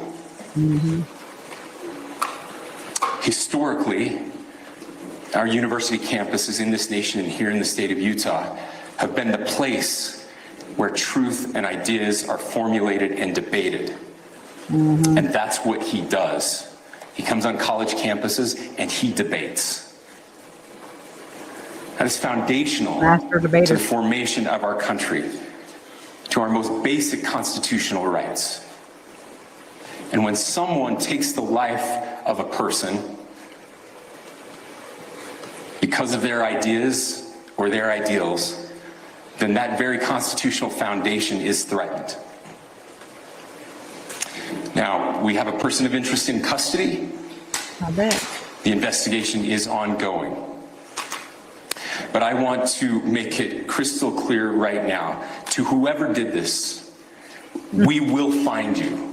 Don't you have them? You just said. I mean, it reminds me of Delphi right there. I just realized that. In plain sight, Oh my God. We will try you. And we will hold you accountable to the. We will evoke the death penalty. That way you have to plead guilty or else you'll be put to death because you are going to get convicted. Okay. This is such a witch hunt.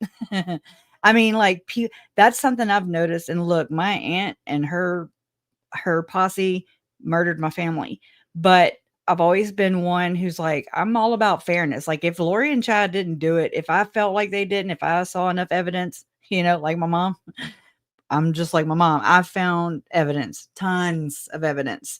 So I don't have, the only technicality is that maybe they didn't, the reason they used Alex was not just because, he could be their fall guy. Kind of. Yeah. On multiple things, because if they did do a secret temple sealing in the temple, I think upper room one, like a second anointing type of ceremony endowment sealing, then they would have maybe used Alex in order to not get, to lose their exaltation. And that makes sense to me. Because it was so religiously motivated. A lot of people are like, no, and I'm like, are you on crack? Are you smoking crack? Crack is whack. I factor all of that stuff in there. Like I said, everything's on the table with me. Like, I don't just because somebody says, "Oh no, no, no, no, no, I've already vetted that out. It's not that." Oh, bullshit. Move, move while I go look, and I'll find out for myself. There's a lot of things I found, but anyways, it just makes me wonder. It makes me wonder. Furthest extent of the law. And I just want to remind people that we still have the death penalty here in the state of Utah. Oh, and it is firing squad, which kind of goes hand in hand with blood atonement. So there's that. And notice that whenever Chad and then Koberger happened, Lori happened, all that, or, I know Chad and Lori happened before Koberger, but they implemented that new law in Idaho for death penalty because they can't seem to carry them through. So they have the firing squad, but I don't know if Chad, I'm gonna have to look into that and see if Chad will still qualify for firing squad because, I don't know if it's like grandfather. You never know how those things work. So I need to start digging into that to see if it'll be the old law or the new law or choice. I don't know.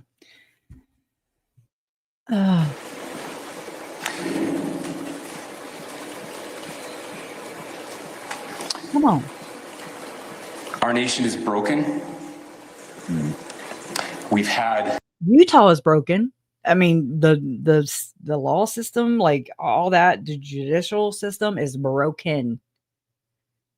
From an outsider, healthy criticism here. Okay. Anyways, enough of him. So yeah, he comes from Cox Communication monies. Okay. So let's go back to by 1985, Vandersloot was a regional vice president for Cox Communications cable TV division in Washington State. His then brother-in-law, so he was married into this, convinced him to whoa. Hold on.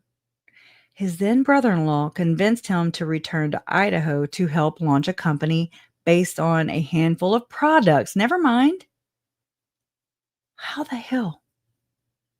Okay, I was under the assumption, and maybe I'm just, I don't know, maybe I'm just warped right now, that it was possibly tied to his ex-wife, anyways, I don't know why I interpreted it that way back in the day, and I just kind of ran with it. But his then brother-in-law convinced him to return to Idaho. So to go back to Idaho, not Washington, not Cox Communications, to help launch a company based on a handful of products tied to the Melaleuca or tea tree of Australia. Oh yeah, Aussies. Vandersloot moved back, but soon discovered a few problems, including that the company's supposed 80% ownership of the tea trees in Australia was actually closer to 5%. He and the partners shut the company down within 5 months. They regrouped and launched a new business, Melaleuca. Since then, the company has grown to a compound annual rate of 28%, crossing the $1 billion in annual sales mark in 2011. In 2016, the company's sales hit a record high, $1.75 billion. Yeah, this is interesting. I'll open that up. Thanks to the profits from his estimated 44% stake in the business, Vandersloot has been able to buy up a significant amount of land throughout the West. An environmentalist, he owns, what did he go to school for? Was it environmentalist? I think it was business. He owns an estimated 117,500 acres across Idaho, Utah, and Montana. Much of this land supports his Riverbend Ranch cattle business. Vandersloot launched the operation 25 years ago near his Idaho Falls home, and today is one of the 10 largest purebred Angus breeders in the world. He also uses the properties to host, this is creepy to me, y'all. I've looked. Let me go punch that in real quick because I want you to be creeped out too. Here we go. I'll play this little video. I'm probably just being biased. I think that raising our kids is the most important responsibility that we as parents or grandparents will ever have. Lynn and I bought a ranch a long time ago, not to raise cattle, but to raise kids. And we've tried to give our kids work ethic. We've learned that teaching kids hard work, and I'm a believer in hard work. I love hard work myself. And we try to teach kids the value of hard work, manual labor, that will give them self-esteem and teach them that they can make a contribution and they can accomplish something and they can feel good about it by the end of the day. And they show up to go to work at 8 o'clock in the morning, every single morning, and we work them hard till noon. And they're tired by noon, and then we try to have some activity. We call it Grandpa's Academy. We teach them principles and hard work, and then we go play. In the afternoon, we take them fishing or boating or swimming. Take them on a field trip where we teach them about nature. So I want to take you out and meet some of these kids that are out there. They're painting fence today. They get $2 a section. I want you to meet them and see the experience that they're going through. I think it might be interesting. Let's go. So this is Ethan. Ethan is 9 years old. He's going to be 10 years old next month. This is Rocky. Rocky's 11. So this is Connor. He's 13 years old. He and his family just moved in from Boise. This is Ollie. Ollie is 12 years old. Why are we painting the fence? Real good music. Because, so that stain sinks in and keeps the water from getting out. And if the water gets in, it'll start to rot and break apart. So then we can protect the fence and last it for a really long time. Yeah, so it lasts longer. I think it looks better too, don't you? Yeah, I'm probably going to be paying attention like, oh, that's the fence that I did. And it'll just give me a reminder of how hard I worked. Yeah, good for you. So what have you learned so far in this job painting fence? Well, I've learned not to stop. I learned to keep going, and I learned how to paint. You have to do both sides. You have to get in the cracks. You have to go inside of the spots that you could miss. You got to be really fast, but you also got to make sure that you've got everything. So usually what I do is that I try to get as much as I done fast enough, and then I check it over at the end, and then I touch over any spots. So you look for spots you've missed, and you make sure you get those. Yeah. Speed and quality, that's what you're looking for. Yeah. That's the same thing we look for good employees when we hire them. That's good. So you're learning a good skill.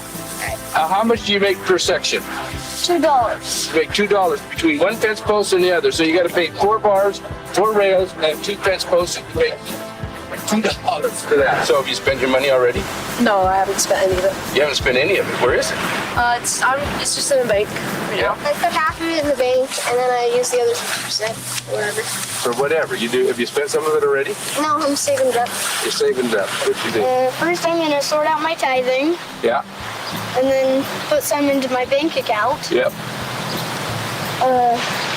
Put the rest in my wallet and my piggy bank.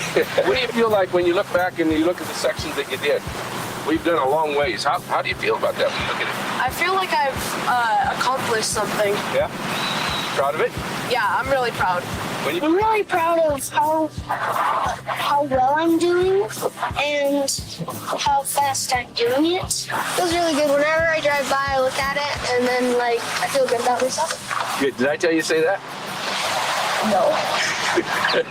That sounds perfect. That's what we want you to learn. Absolutely. Good for you. Rocky's doing really a good job. And so is his brother and his 2 cousins doing really, really good job. I'm really proud of him. So teaching kids to work hard, we think, will make them happier not only today, at the end of the day when they feel like they accomplished something rather than playing a video game all day, but we think it'll make them happier for the rest of their life. It'll make them more productive citizens of society, and in the end will give more meaning to their lives. So that's how we see it. Teach it to work. Let's see them hands again. Right there. Right. That's not the first one. I've got plenty of pictures. In the end will give more meaning to their lives. So that's how we see it. Teach it to work. Oh, damn, I'm We think. Gotta be clear. We think will make them happier not only today, at the end of the day when they feel like they accomplished something rather than playing a video game all day, but we think it'll make them happier for the rest of their life. It'll make them more productive citizens of society, and in the end will give more meaning to their lives. So we just popped his knuckles. Anyway, so there's that one. And I've shared that with y'all before. Frank Vandersloot. Oh crap, it's over here. Sorry, I got sidetracked too, but they all they all tie in together, y'all. They just do. Vandersloot, he is one of the most powerful and the richest men in Idaho. Most of us know him from Melaleuca or possibly the big 4th of July fireworks program. Of course, held every year in Idaho Falls, draws Right. big crowds from all over the West. Yeah, hundreds of thousands of people come to that thing, and it's a great event. But for over the next few days, we're going to show you a different side of Vandersloot. Nate Eaton joins us now with his very special report. Nate? Mary, I first began working on this story back in August when I went to Salt Lake City to cover Melaleuca's annual convention. Thousands of people from all over the world were there praising the work of Frank Vandersloot. He's a man many of us know about, and some of us have strong opinions toward. But regardless of how you feel, you can't argue that he's become successful because of his hard work.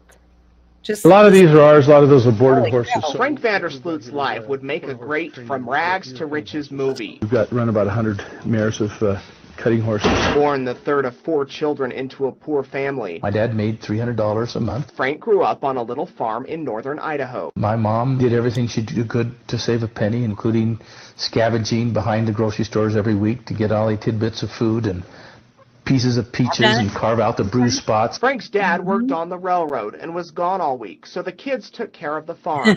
Sorry, cows, I'm inappropriate, and so I've been working on the railroad. Okay, all right, enough of that. and keeping everything in order. The Vandersloots lived in a tiny house where Frank shared a bedroom with his brother. My dad had used a chainsaw to cut a hole in the ceiling to make a bedroom for us boys, and it came right down into his bedroom. Despite the challenges, Frank was happy and didn't realize just how poor his family was until one night when he heard his dad talking with his mother. I heard him crying once to my mother, apologizing to her how he'd failed her and our family. Well, in my mind, he was a hero. They never knew I overheard that conversation, but it had an impact on me. It scared me.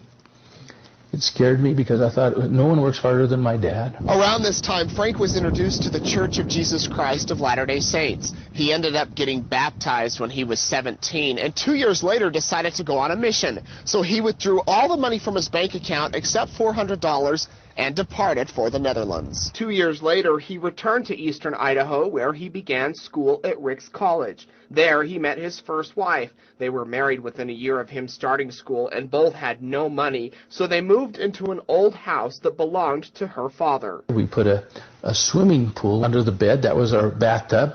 I splurged and paid $20 for a hot water tank. It had a water tank, and I dug a new hole for the outhouse. And I dug it myself, and I thought, what could a bride want? I got a brand new hole for the outhouse. Frank graduated from Ricks, then went to BYU, where he got a bachelor's degree in business administration. From there, his career skyrocketed. He went on to hold key management positions with 2 Fortune 500 companies. Then, in 1985, a friend came to him with a business proposition. The idea to start a business. A friend came to him with the business proposition. I just called that. Okay. Just trying to figure out the puzzle. 2 Fortune 500 companies. Then, in 1985, a friend came to him with a business proposition. The idea to start a business using Melaleuca oil was not mine. It was Roger Ball's. Frank listened to the proposal. Roger Ball. A detective that worked on our case, his name is Ron Ball. Just saying. And liked what he heard, so he joined into the brand new wellness company. But within a few weeks, he discovered many problems. We ran into several difficulties until it came to a point where we thought we need to close this down and start over. And that's basically what they did. Frank and his partners dumped the multi-level marketing model and did a massive overhaul on the business. I lost half the people the first month. Half of them gone. But our first month in business, we sold $75,000 worth of sales. Since then, that number has only gone up, selling everything from vitamins, energy bars, laundry detergent, toothpaste, shampoos, and hundreds of other wellness products. Melaleuca has become one of the largest and fastest growing private companies in Idaho. $859 million in sales last year. And despite tough economic times this year, the company is expected to make even more. Astonishing when you think it all began with a boy from northern Idaho who grew up with almost nothing and now has almost everything. It all seems very unreal and quite honestly undeserved. I don't know why we're blessed the way we are. Well, coming up tomorrow night, we're going to discuss some controversial issues Frank's been involved in, from the Wolverine Canyon windmills to the battle with the Post-Register over a series the newspaper published about scouts who were molested by their leader. Now, that doesn't mean there weren't mistakes made, and that doesn't mean that there weren't children that were molested, for Pete's sake. This is the But one I I want felt to like they were trying to blame the wrong people. We'll also talk about Frank's involvement with politics and find out if he'll ever run for office. That's tomorrow night at 10 o'clock. For now, I'm Nate Eaton for Channel 3 Eyewitness News. Okay, let me share this tab. Make sure this don't play. Hold on. Okay, let me go back. I gotta find where I was. Okay. Yeah, that Grandpa's Academy. I'm just, whenever the Boy Scouts thing ties in, I'm just like, just the bad vibe. Hopefully I'm wrong. I hope I'm wrong. Completely free to the public. He does things like this because he's passionate, spends a lot of money on a spectacular freedom fireworks celebration that's completely free to the public. He does things like this because he's passionate about where he lives and what happens in his community. Sometimes that means speaking out on controversial issues. This is pretty much the... We're going to find out how Frank views politics. Maybe has a hand in it. purebred operation. Frank Vandersloot loves the outdoors, and he loves to speak his mind. So when a proposed development in Fremont County threatens scenic views, he took out full-page newspaper ads against the project. I love nature. I love to drive and see the forests and the wildlife. Not only that, he's been one of the most vocal opponents of a wind farm project in Wolverine Canyon. He put up huge anti-windmill signs and petitioned county commissioners to vote against the mills. I'm not an environmentalist like an environmentalist that wants to stop everything. It's the forest and the streams that I think we ought to protect. Frank's also been involved in other controversial issues, but perhaps none as well known as his battle with the Post-Register. In 2005, the paper published a 6-part series. Okay, right? Just Call Me Kim makes a great point. Has anybody here, raise your hand if you have, yeah, maybe I'm the oddball. Maybe me and Kim are the oddballs. Never paid for a fireworks show. Okay. But read this news headline. It says Scouts Honor by Peter Zuckerman. Postregister.com, 2005. His first week of Boy Scout camp, 14-year-old junior counselor Adam Steed walked into a Boy Scout office and said, quote, Brad Stoll is molesting scouts, unquote. All right. With that in mind, carry on. Carry on, Wayne. Carry on, Garth. Series about Boy Scouts who were molested by their camp. I mean, you're going too fast there, Nate.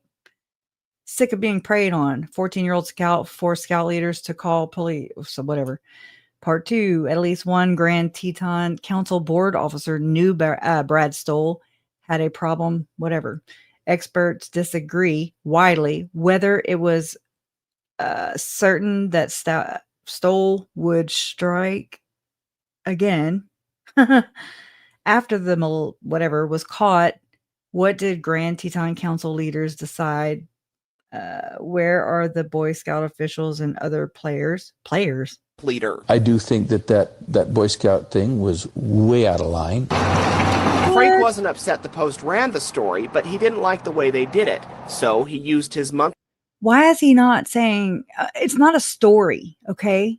I just, realized some things, like it's not a story.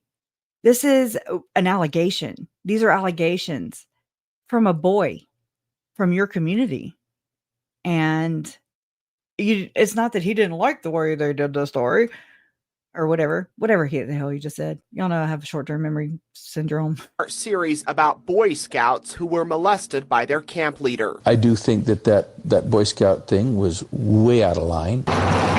Frank wasn't upset the Post ran the story, but he didn't like the way they did it. So he used his monthly community page news ad in the Post-Register to attack the Post-Register. He used his influence using this, whatever he just said, to attack the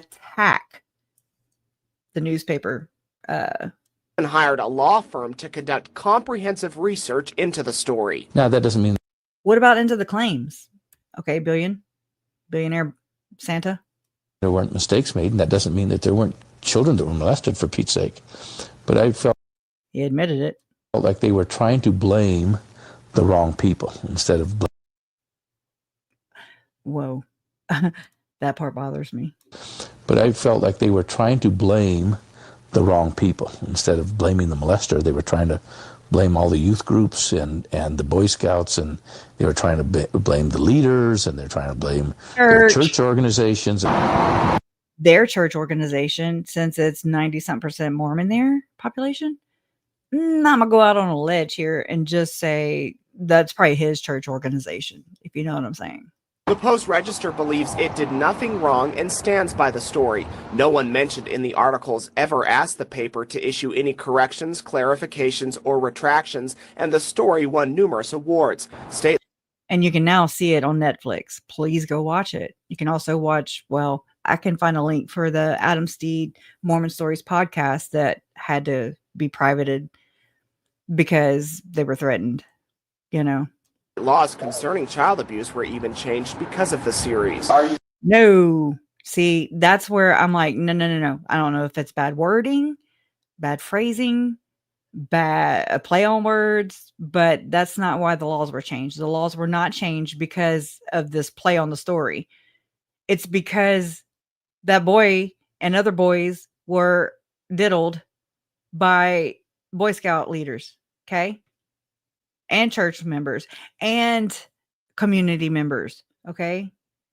Like, that's some bullshit. Propaganda. Church organizations. The Post-Register believes it did nothing wrong and stands by the story. No one mentioned in the articles ever asked the paper to issue any corrections, clarifications, or retractions, and the story won numerous awards. State laws concerning child abuse were even changed because of the series. Are you still at odds with the Post-Register of the whole Boy Scout thing? Not at all. In fact, both Frank and the Post-Register believe they learned from the disagreement. I didn't understand the sensitivity of the victims on all this. I've learned a lot, became really good friends, really good friends. I doubt that Adam Steed, it didn't sound to me like Adam Steed felt he was friendly with Vandersloot. To me, just this is my vibe. This is my gut feeling on it. It feels like he feels betrayed and just like, what? Like it's nonsensical, you know, like it doesn't add up to him. That's what I get. But with some of the victims that were involved. It was around this time when Frank became interested in acquiring media outlets himself. Soft rock, classy 97. He ended up purchasing 5 high-rated radio stations from Bonneville Communications. We're ready to kick off the lunch hour. Bonneville Communications is owned by the church. Gordon Bowen worked for might as well be, worked for, what the hell, Bonneville Communications also. It's just interesting. So Frank went, because things didn't go his way and, or he could see that maybe he could influence people by purchase, who owns all the big media stations? Okay. You know, of the victims on all this. I've learned a lot, became really good friends, really good friends with some of the victims that were involved. It was around this time when Frank became interested in acquiring media outlets himself. Soft rock, classy 97. He ended up purchasing 5 high-rated radio stations from Bonneville Communications. We're ready to kick off the lunch hour. And renamed the group Riverbend Communications. I know that I've appreciated when my kids listen to good music, and I like stations to listen to that offer that. I declare my intention to run for President of the United States. Frank's also dabbled in politics, endorsing candidates like Mitt Romney. Thank you, Governor, for being here again with us. Jim Risch, and voicing his opposition against others. Judge Herndon would have been one of those. Kathy Silik on the Supreme Court was one of those. When you get enough opinion that the job isn't being done correctly, you could draw conclusions that we'd be better off to have somebody new in the position. Are you ever going to run for politics? Okay. Against others. Judge Herndon would have been one of those. Kathy Silik on the Supreme Court was one of those. When you get enough opinion that the job isn't being done correctly, you could draw conclusions that we'd be better off to have somebody new in the position. Are you ever going to run for politics, run for office? I would be bad at it. I like to be in a position where I can get something done. And they've got, I mean, there's all this negotiations and deal makings and all of that stuff going on that I don't. Okay, think about what he just said. I'd rather a pass, hard pass, right, on running for politics or, whatever. But he's like, no, my short-term memory is sucking on me today. United States. Frank's also dabbled in politics, endorsing candidates like Mitt Romney. Thank you, Governor, for being here again with us. Jim Risch, and voicing his opposition against others. Judge Herndon would have been one of those. Kathy Silik on the Supreme Court was one of those. When you get enough opinion that the job isn't being done correctly, you could draw conclusions that we'd be better off to have somebody new in the position. Are you ever going to run for politics, run for office? I would be bad at it. I like to be in a. I'll just buy some radio stations and be Secret Santa and do free fireworks shows. Okay. And, share my billionaire brains with and influence people. Okay. I'll have the factory where I give them jobs. Position where I can get something done. And they've got, I mean, there's all this negotiations and deal makings and all of that stuff going on that I don't think I'd be good at it. Well, he does get stuff done. Now, Frank has also been in the headlines recently concerning a lawsuit involving a former employee. He can't comment on the case because it has not yet been resolved. Now, coming up tomorrow at 10, Frank talks candidly about his wife and how they've raised their 14 children. We don't buy them anything. They got to buy their own stuff. But we've said we'll pay half. So if somebody wants a video game, it's got to be the appropriate video game. But as long as it's something that's not going to hurt them, we'll say we don't say yes you can or no you can't. We say, can you afford it? What if it hurts somebody? What if it hurts somebody, Frank? Okay. Frank has a stepdaughter named Sharissa. In the FOIA docs from the Chandler Police report, the Chandler Police investigation into Lori and Chad and their frazzle dazzles, all them people. That name came up about JJ the day that JJ was murdered. Maybe September 22nd, maybe September 23rd. And Lori and Alex were texting back and forth to one another. And Lori was like, hey, are you coming back? And he's like, oh, I'm getting a fresh ceiling from Sharissa. And I'm just like, oh. And then I found out that Frank has a stepdaughter named Sharissa who's into real estate. Interesting, right? And yeah, I'm just saying that's kind of a different name. It's not like Tiffany or, you know what I mean? Amy. It's just interesting, whenever these kind of pop up. Anyways, not accusing anybody, not saying it was her, just interesting parallel. But okay. Yeah. And I mean, there's tons of these. We're going to get off Vandersloot here. I mean, we've got a lot.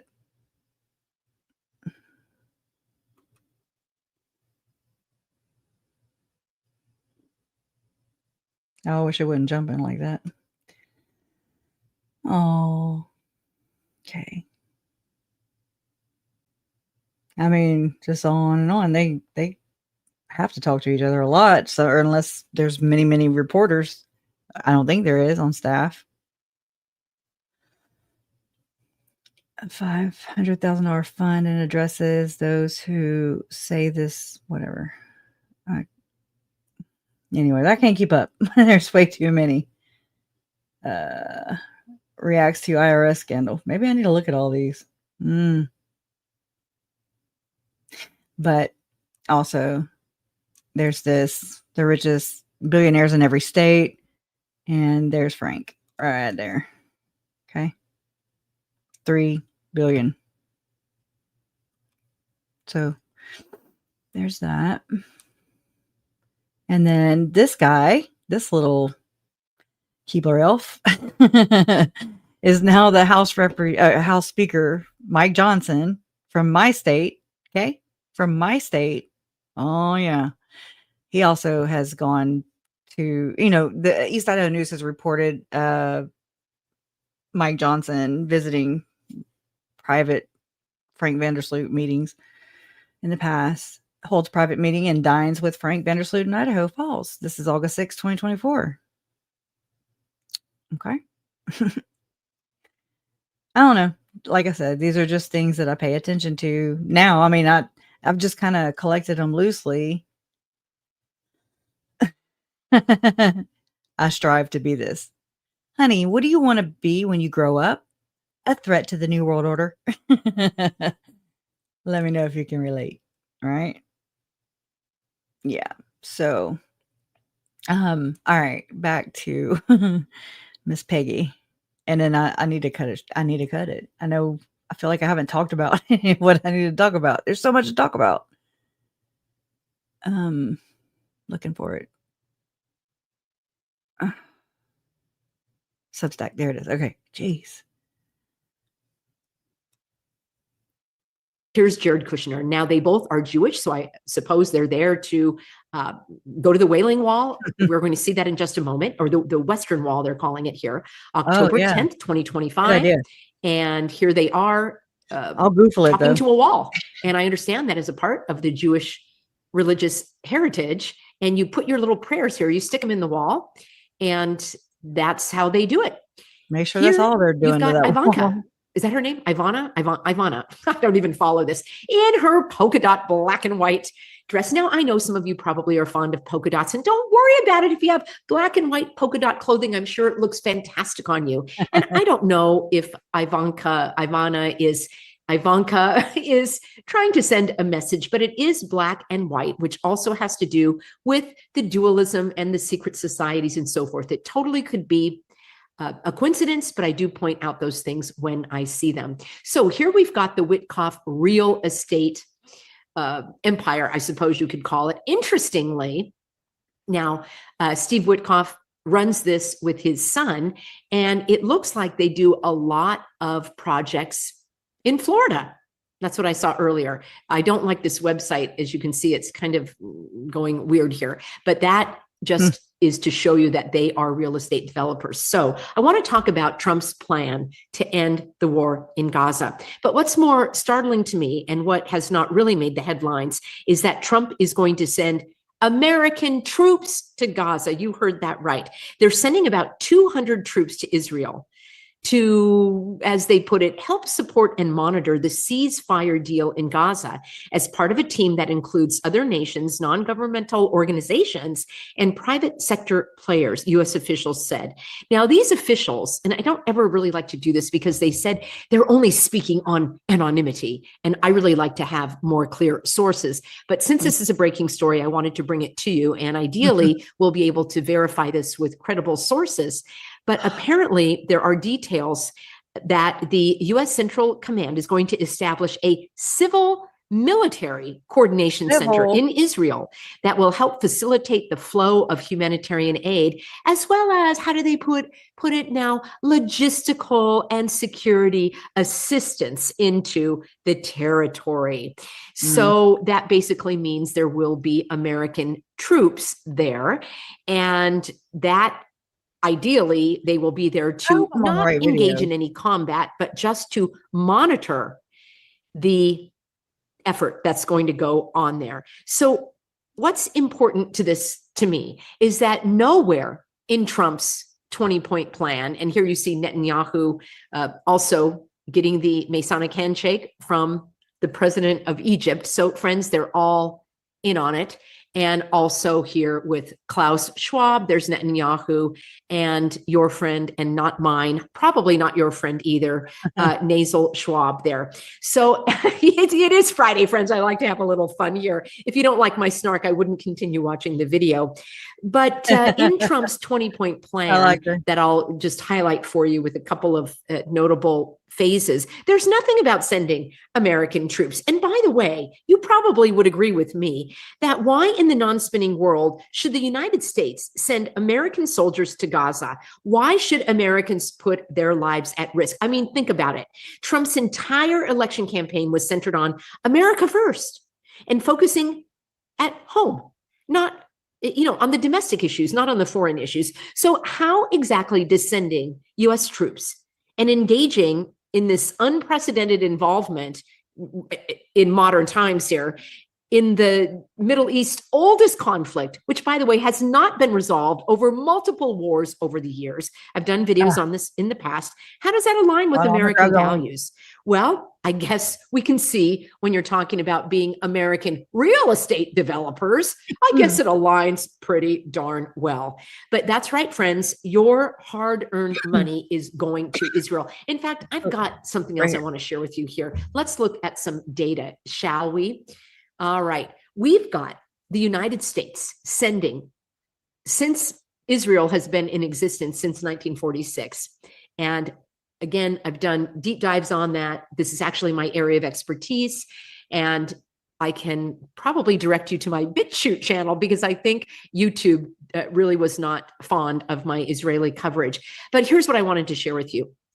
Since the establishment of Israel, after World War II, and some would say World War II kind of started so that Israel could come into being. And it was in the works prior to that as well. But you also had the United Nations coming into being. And the very first thing the United Nations did was to proclaim the existence of the state of Israel. And then wars broke out. This is kind of the short version. And they've been at war ever since because it's two people groups fighting after the same plot of dirt. So, and I don't want to minimize it because both people groups have a religious claim and a historical claim, and they are valid to each people group.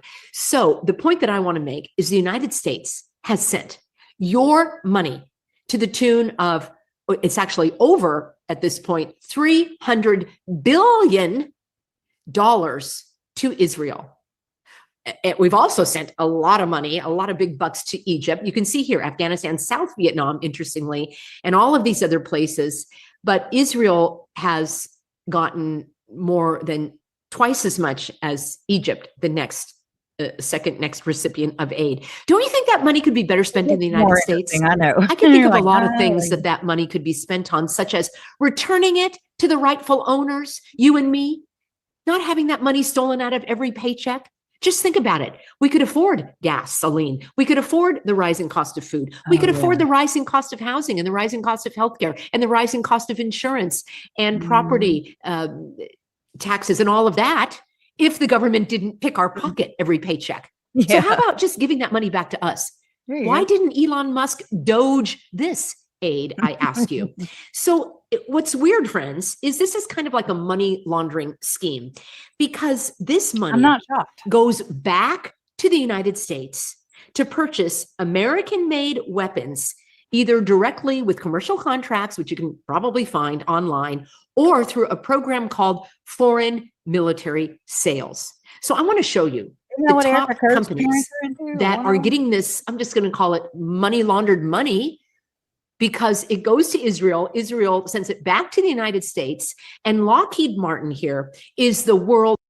Lockheed Martin is one of the sponsors of the building where we did the kids' celebration of life, which was sponsored by, I know, East Idaho News, Frank Vandersloot ish, because, so the theater where they offered it for free to my family was a theater in Idaho Falls. And I remember going outside and smoking a cigarette and had it on the picture window, and it had sponsored by Lockheed Martin. And I was like, God damn it, it's everywhere. I started paying attention to things like the name of the owners of this place. Their last name was Carr, C-A-R-R. And for anybody who dives in all the shit that I dive into, then your ear just perked up, like, oh no, the Carrs. Anyways, Son of Sam, I actually dated a guy with the last name of Carr. I'm glad it was in high school, early high school. And so, no goodies here, buddy. Anyways. Largest, maybe you didn't know this, it's the world's largest arms producer and military contractor, I should say, in the entire world. Now, here's what I want to point out to you. I'm going to share with you a handful of these military contractors, these companies that are involved in creating and producing the weapons of war. There are a couple that are going to surprise you. And what I want you to note is how their stock prices rose after this so-called attack of basically 2 years ago. That was October 7th, 2023, which ironically Israel was woefully prepared for, even though they are the strongest military and arguably has the world's best intelligence. And somehow they were asleep at the job or out, I don't know, out getting coffee and bagels or something, but they let the mayhem continue for several hours, we are told, if you believe that and not that it was an AI production. The reason I'm pointing that out is because look at how the stock price soared after 2023. It was kind of a little up and down, up and down. And yes, it was still up and down over the last couple of years, but it basically continued to rise because, as anyone can conclude, when a war breaks out and Israel gets more money, it's coming back to these companies, and people who want to invest in war invest in these companies. Here's another one. We've got Boeing. What does Boeing do? Boeing provides the missiles to bomb the innocents, the children and the babies and the women, the civilians, the non-combatants. And they also provide assorted aircraft and fighter jets.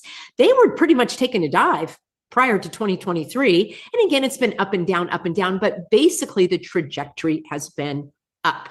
Let's take a look at the next one, shall we? Caterpillar. And here you thought they were just helping American farmers. It was a little troubling to me when I found this out. And you can see Caterpillar really took off in the last couple of years after the so-called attack on Israel. And if you are still questioning what has gone on there, friends, there's a lot of information that's come out and you can do a deep dive. But this is a fact here that Caterpillar stock has taken off, and you're thinking, well, do they provide weapons, ammunition, fighter jets? What's Caterpillar doing? Oh, well, it's very disturbing for me to bring this news to you that Caterpillar provides bulldozers and other heavy equipment for demolition and destroying the infrastructure. So the images that you see of these buildings being destroyed, those are being done with Caterpillar equipment. It is troubling. Pause on that. Paul, I got to show you all this before I forget, because I don't want to forget. This was very important, I think. It's just these little things. There's no man than this, and to lay down his life for a friend. And as the Lord did for us, you do for each other.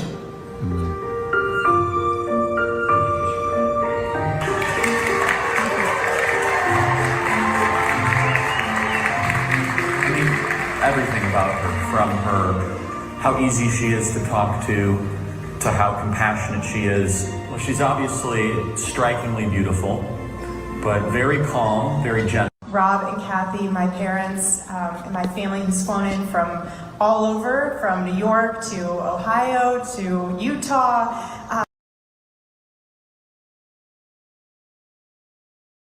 She just said Utah. Her family is from Utah, Ohio, New York. Well, their family.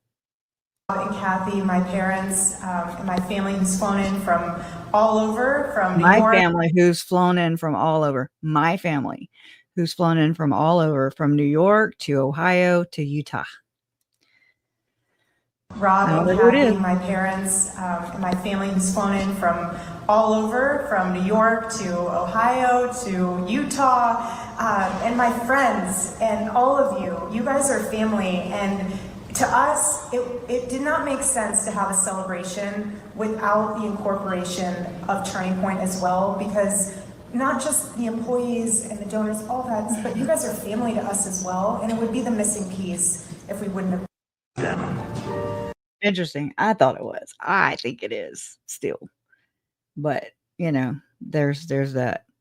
I've been finding all these too, you know, where Tyler Robinson Uh, I mean, he just seems so dirt to dirt. There you go, bud. No, All right. Hold on. All right. That's him. And we're going to have a tow truck come and get your car since you're leaking fluids. You're not going to last too long. Just as I left the house, put oil in. Of course. Just topped it up. Welcome to real life. Yeah, that's Murphy. He's working.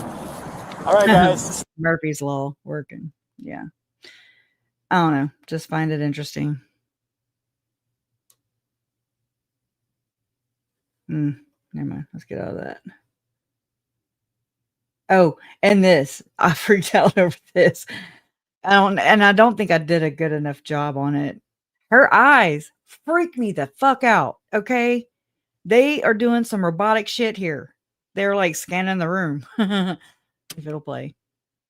I posted it to TikTok and I think I put it on YouTube. I could look at it, huh? Allegedly. Come on, Erica, damn Kirk, whoever you are. Come on. Oh my God. She is a robot. Let's see. It's not even giving me an option. Come on.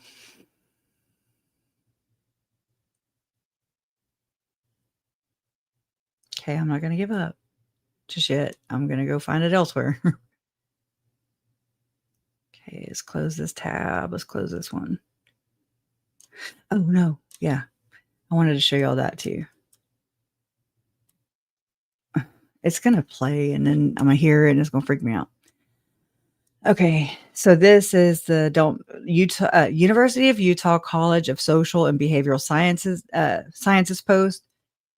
Okay. Don't miss this chance to explore how your degree in CSBS or humanities can lead to a meaningful career at the CIA. Join reps of the Central Intelligence Agency for an information session led by University of Utah alum who is excited to be back on campus to share their career journey and insights. The CIA is the nation's premier intelligence agency, responsible for providing global analysis on political, social, economic, technological, and military issues, with career paths ranging from analysis and research to language, technology, and beyond. Okay. I'm like, what? I'm not used to Facebook. Okay. I mean, just interesting, another one of those things where you find out that these programs are on campus and, oh, that's interesting. I just realized this. Remember how George Zen was on a podcast called Stokes and Folks?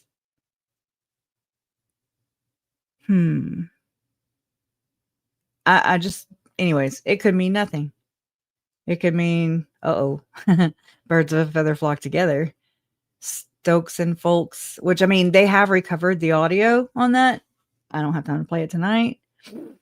But the Stokes Scholarship Program I'm going to dig more into this, is a financial needs-based scholarship providing university tuition assistance. Participants will acquire mission-critical skills. Are you sure? No. Interning in the WMA each summer while completing their degree.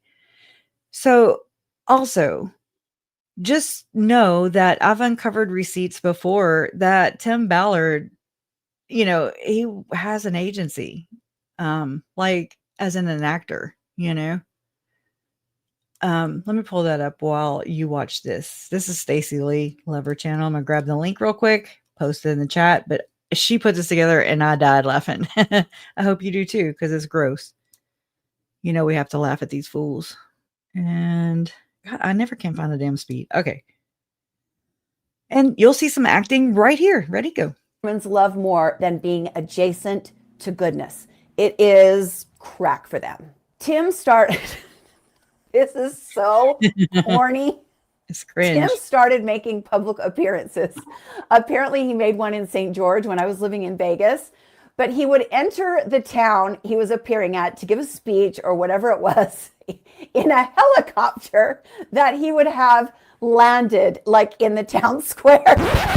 we have to stop because do I have a treat for you? After I recorded this episode, a friend of mine contacted me that knew I was doing the episode and said, Stacy, I have photographs from this day, lots and lots of photographs. So you are in for such a treat. No one has seen these photos in years, if ever at all.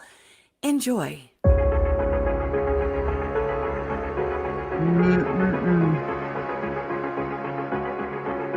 This is what really bothers me about this situation. Look at all these people coming to this event. Do you think for one second that any of these people thought this man was a liar and a con man?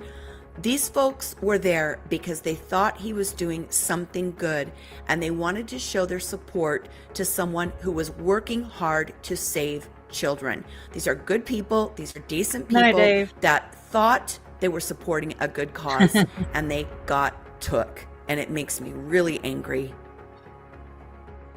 Look at his face, y'all. Oh my goodness, you guys. I'm sorry. I just think this is the dorkiest.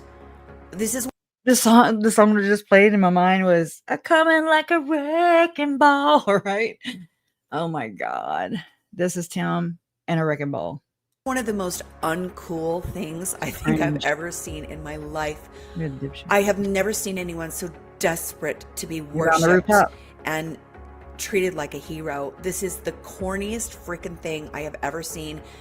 I feel bad for the people that went, and I'm sure some of them still support him and are mad at the things that I'm saying, and I couldn't care less. This is my opinion. Look, Reyes was covering his wiener. I'm just saying. Sorry for being so, look at that. He got his legs wide open. King Kong ding-along right there. I thought this said hell life, but I guess it says helly life. Anyways. This is the corniest freaking thing I have ever seen. On your donor dollars. Okay. Like this person's filming in the ice cream truck. Anyways. I feel bad for the people that went, and I'm sure some of them. They're going to show up to an event. Look, he's covering his Johnson there. And he's sweating like a whore in church. Still support him and are mad at the things that I'm saying, and I couldn't care less. This is my opinion. I think this is so dorky and so telling of how badly he wanted to be treated like a hero. And he straight up has a donkey on his hat. A jackass. Him a t-shirt that fits. This is really embarrassing to me. I just don't know what else to say. So one of the questions I have for my conspiratorial people here who followed the Diddy case, and we found out that, they go blonde. You know what I'm saying? When they go blonde. Tim all of a sudden started wearing like bleach blonde, like dyeing his hair blonde. And so I need to dig through the lawsuit papers because he had the hairstylist for sure that requested, he changed his look, even though he was born blonde. Anyways, just there is a old conspiracy theory that those that like bleach their hair blonde, hold on, I'll surprise you with it. I'll surprise you. Hold on. Don't give up on me yet. Bye to everybody to everybody who's having to leave. Really appreciate you being here. Glad you were here. Wish I could have been a little more efficient, but it is what it is. I'm sorry.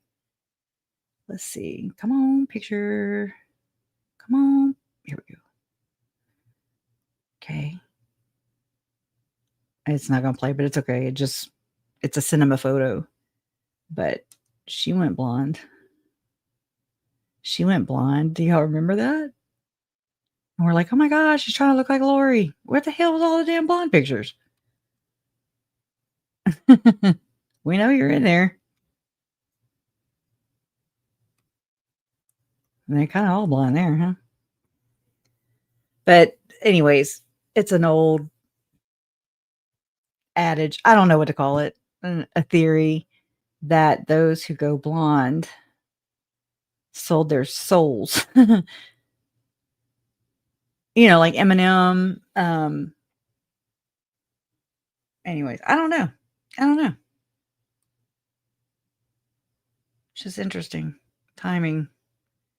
Maybe she's still serving her dad's demons. I really don't know what they do. Keep your bippity boppity shit over there, girl. Don't want none of it.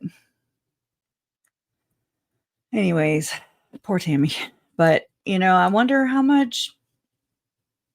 skewed things were. I really do. It's crazy. I found a lot of these kind of clips and stuff. Chad Daybell and his sister Becky. I'm like, oh, I do want to know more about Becky. Guess we won't do that right now because it's not the time. Okay, hold on. I'm closing a window. I can close that one. Let's go to this one. Ready? I saw Isaiah 56. Isaiah talks about watch him the throw a last fit. days. And so I go to Isaiah 56, and sure enough, it's all about lukewarms. Okay, but even more specifically, talking about Dark. the watchmen on the tower have fallen asleep. And he Watch says other him. things that I don't want to say because it's not nice. But it's Jesus, All right, let's break this down because as I said, this video kind of captures his overall mindset, this theological worldview of good versus evil. So we need to define who these good versus evil people are. He denounces these people that he claims are watchmen. Who are these watchmen who he claims have become lukewarms? Lukewarms being this Yes, biblical I versus know. Isaiah, people who have become lukewarm and God Yes. has therefore spewed them out the mouth. Well, in the LDS context, watchmen are usually referred to as LDS leaders, those who are watching out in the world to provide warning. So he's accusing that some type of watchmen are now failing in their job by becoming lukewarm. Let's see where he goes from there. And it's talking about wake up, guys. Wake up. What are you doing? It talks about being greedy and talks about, look, I was the target. Children were the target. It's what I talked about in the upper room. I Check know it. what they're up You heard to. him? Okay, I have it documented, and they actually sent a lawyer to warn me. You see them devil horns right there? He is like, yeah, you motherfuckers is what he's doing to them. He's like, come at me. Because they're all in the club. They're all in the club and we ain't in it. Hold on, I'm grabbing the transcript so that I can repeat what he just said because I found it interesting. Watchman target. So anybody who watched the Charlie Kirk shooting unfold, then you heard Cash Patel say something about the Watchmen and Valhalla. We got your brother, And so Tim says, and it's talking about, wake up, guys, wake up. What are you doing? It talks about being greedy and talked about, look, I was the target. Children, I was the target. Then he switches it and says, children were the target is what I talked about in the upper room. Okay. Upper room. Anybody who's done the research in Mormonism knows that the upper room refers to the celestial, like where they perform second anointings, straight up. Okay. So hold that thought. And I'm going to show you.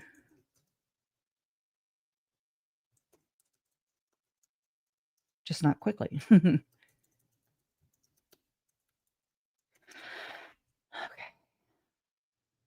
Videos. Okay, whatever. Assholes. I'm like nowhere in the search results, Can't promote her shit. She tells too much. All right. Let me go to my channel. Hold on. It's worth it. Hold on.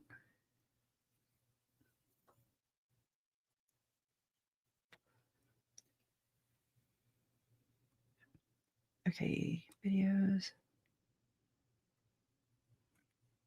Infamous. Oh shit! Why did it do that? It said infamous. I mean, there were so many M's. It's not even funny. Why it did that? I don't know. My computer is possessed. Okay.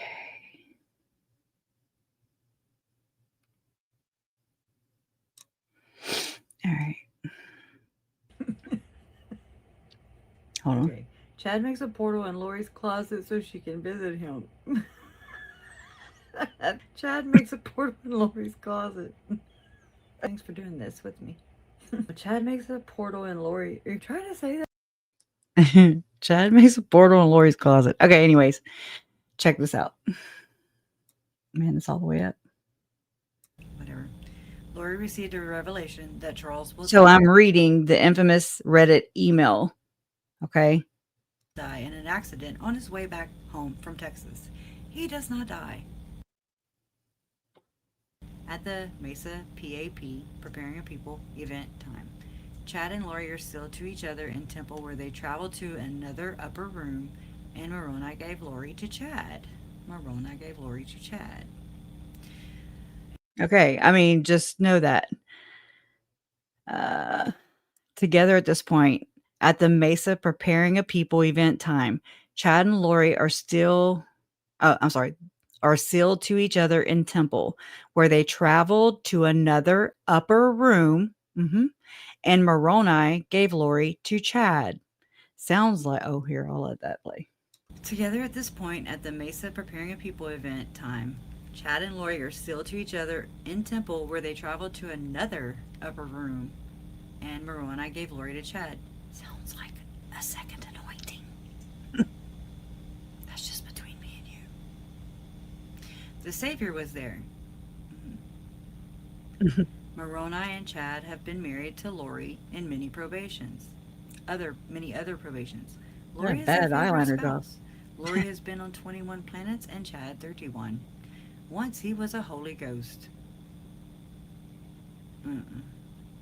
He's climbing in your windows. He's snatching your people up. He said, hide your kids, hide your wife, and hide your husband. Chad 5 times on this earth, and Lori has been 4. Chad makes a portal in Lori's closet so she can visit him. Made it through that. Oh my gosh. Okay. So I just wanted to show that to you guys. So can make a parallel maybe to Horn Man here. He's so horny.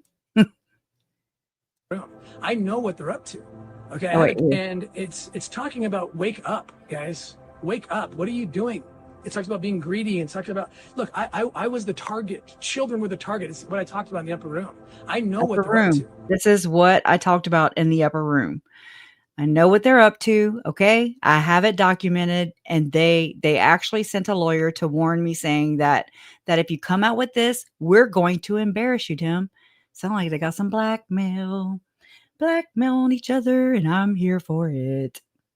Okay, I have it documented, and they actually sent a lawyer to warn me, saying that if you come out with this, we're going to embarrass you. Okay, so now we know that these watchmen are specifically targeting Tim Ballard, and have even threatened a lawsuit were he ever to talk about various things. So now we know a bit more that it's a personal feud with him and these watchmen. Let's hear a bit more. Okay, that they're fighting this. They're fighting this. There's a deep state. I understand that. We need to pray for the watchmen. There's good ones, and they're all over the world. There's good ones all over the world, and there's not so good ones all over the world that are fulfilling Isaiah's words. Now, okay, now we're getting some other key words of the overall mindset.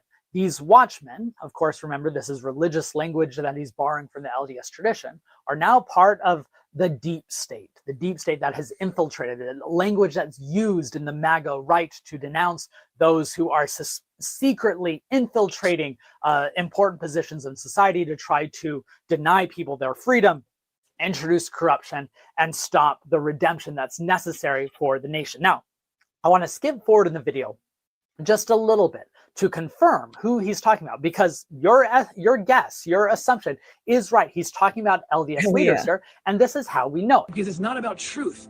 It's about trying to make everybody happy. And they were afraid because I was being accused, okay? And they didn't want to be associated with me. And so, well, you shouldn't have told everybody that freaking Elder Ballard, not your grandpa, told you that you could, F around and find out with women and abuse them, allegedly. So not only were they not Matthew 18 compliant, and they know they weren't. I don't know how they're living. I don't know how they sleep at night. I truly don't. Because they know they weren't Matthew 18 compliant. In fact, they were proactively not Matthew 18 compliant. The policies that were given to the people that did this to me. Does he sound like Chad? Just a little bit, like, how he was shaming in his letters from Chad, which I still have not read the 7th one to this day. And I don't know if y'all want me to go over it, I will. Maybe before Lori's hearing Friday, or I don't know. Let me know. Let me know. Oh shit. We're literally do not be proactive in not being Matthew 18 compliant. Don't let him tell his story. Don't let him tell the truth. Block witnesses. Block everything. Section 102. Boom. Didn't happen. I'll say it again. Section 102 didn't happen. How do you do that?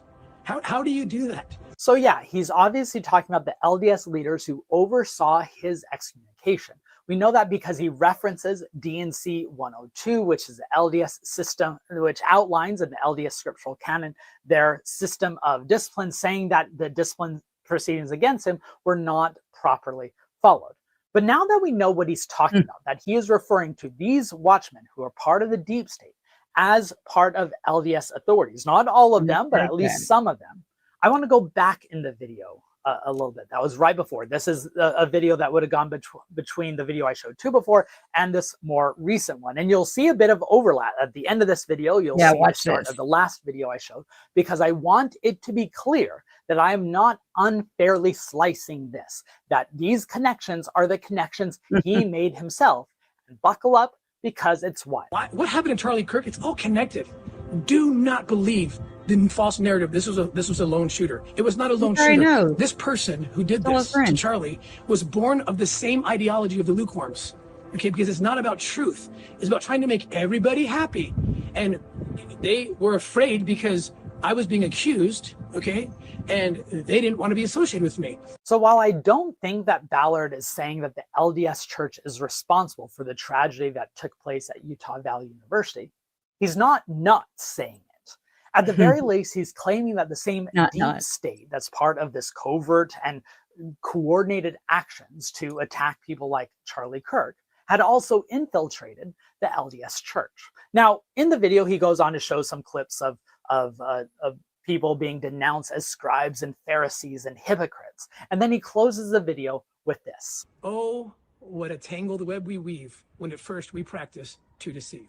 Thank you, Alec Murdo. There's definitely a tangled web going on, but I think it looks more like this. And Ballard is the master weaver.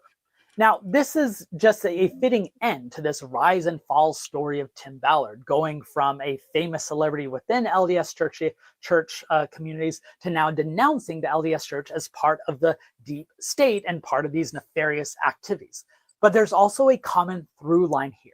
This is part of a much larger theological saga of Tim Ballard's myth making, of these heroes opposing the global cabal of evil villains. It just so happens that before, the Mormons were on the good side in that cosmic battle, and now in his views, the LDS Church is on the bad side. Okay, hold on. I hope this video made sense. I'm gonna swing y'all to Chad. Okay, in his AI crazy cryptic voice. Okay, I know, but we're gonna talk about his excommunication. Oh wait. They're so betrayed by their church. Why? I feel like Chad did exactly as he was taught. Would feel a sense of relief. I'll speed it up. A great burden had been lifted. It was inspiring to watch a humble church leader help a person who felt desolate and alone regain hope and faith through the atonement of Jesus Christ. With that background, it is true I am currently excommunicated from the LDS Church. Sadly, I didn't receive an opportunity to have a compassionate church leader hear my side of the story. Neither did your brother I would Tim. have happily welcomed a visit from my church leaders during my 4 years in the Fremont County Jail, but no one ever came. Oh. Instead, I learned I had been excommunicated through the mail. More than a month after the Hey, Tim learned through Vice News. So there you go. Disciplinary council had taken place. At the jail, the deputies would put any mail addressed to me in a big manila envelope, which was held until my attorney's next visit. He and I would then sort through the mail together. When he visited me This tells me that Chad's side of the family is, or, like someone in his close vicinity, maybe attorney, maybe daughter, maybe son, maybe kids, I don't know. are likely the ones that leaked it to Court TV. And since Emma actually was interviewed by Court TV, it kind of makes me wonder. And then Emma being all crazy with all this shit, in my opinion, it sounds like that tracks for her, like I would say the probability, I mean, he just said he got it in the mail. It's not like anybody intercepted it, so can't say somebody stole your damn mail.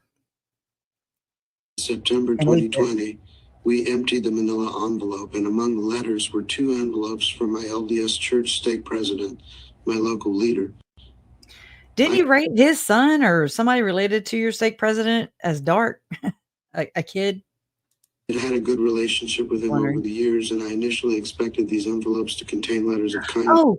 Oh, yes. Oh, yeah. I found the name. Okay, Phil Lyman. Okay, let me go over there so I can watch Huggy Bear react. Okay, I just remember this. Phil Lyman and the Shumways live behind the university. Anybody recognize that name? Shumway? Bishop Shumway was programmed into Lori's phone as a fake name for when Chad would call or they'd communicate. Bishop Shumway. Kind of like Boyd Dial. Anyways. Yeah. Okay. I just have to tell you all that or I'm going to forget. So. Support and encouragement. However, I opened the first envelope and read a printed form letter informing me a disciplinary council would be held regarding my church membership. It felt like an arrow had pierced my heart. I took a deep breath and opened the second envelope. This letter said the council had been held and I had been excommunicated for apostasy. The letter stated I had 30 days to appeal the decision. But by that time, the deadline had already passed since the jail had been holding my mail. You still would have gotten axed. I've still never found out what evidence was presented in the disciplinary council or who testified against me. The church scriptures, known as the Doctrine and Covenants, explains excommunication procedures in depth. They know Section that shit. 102, verse 18 reads, in all cases, the Section accuser 102.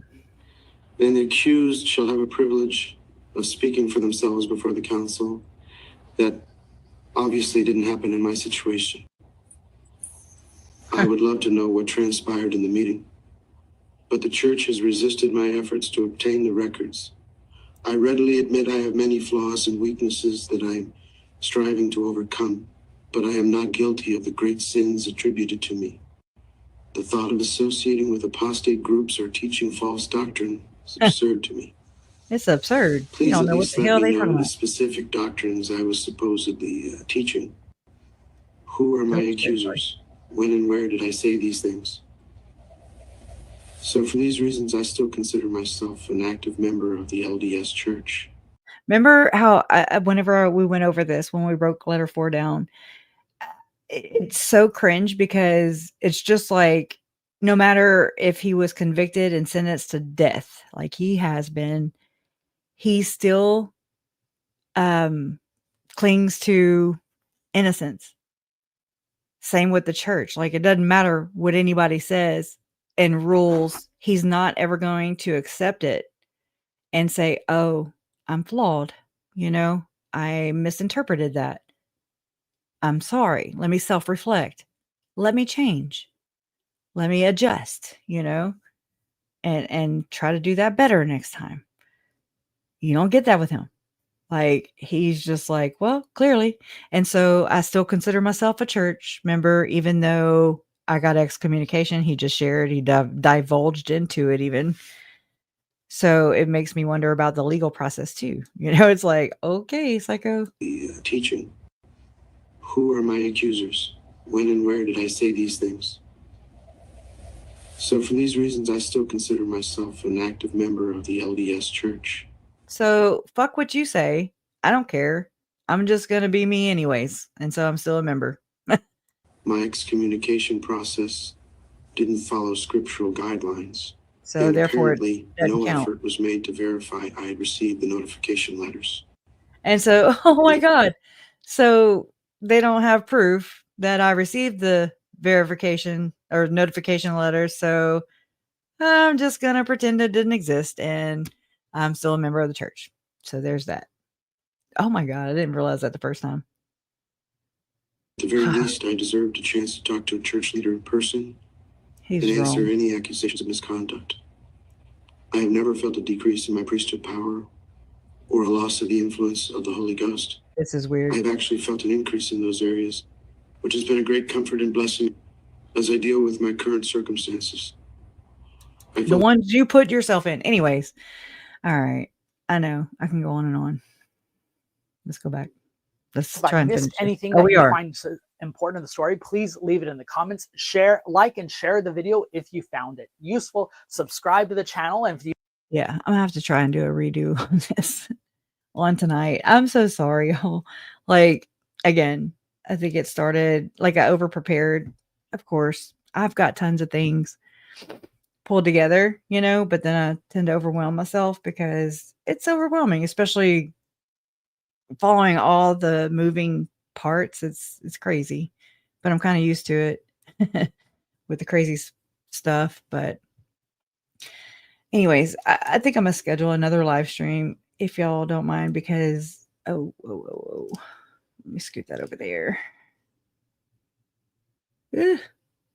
Stop that, because I have put this all together and I didn't share one bit of it. So, but like a detailed chronology of Timothy Ballard and associated entities, and it goes on and on and on and on and on and on and on and on. It's 137 pages, don't you know? So anyways, just kind of want it to be a comprehensive. I know Kara and Ryan are going to do one this week too. Oh yeah. Where's that at?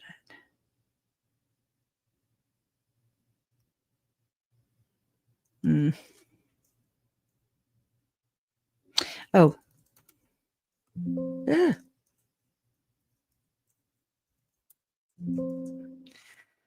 Okay, let me share this real quick. I thought this was interesting. I was listening to it again today. Refreshing. This is scary.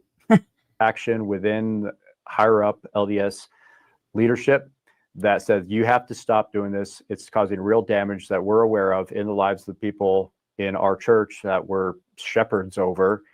You need to denounce it. And so if you do that, we'll let you keep your membership. We'll keep your reputation intact and things like that.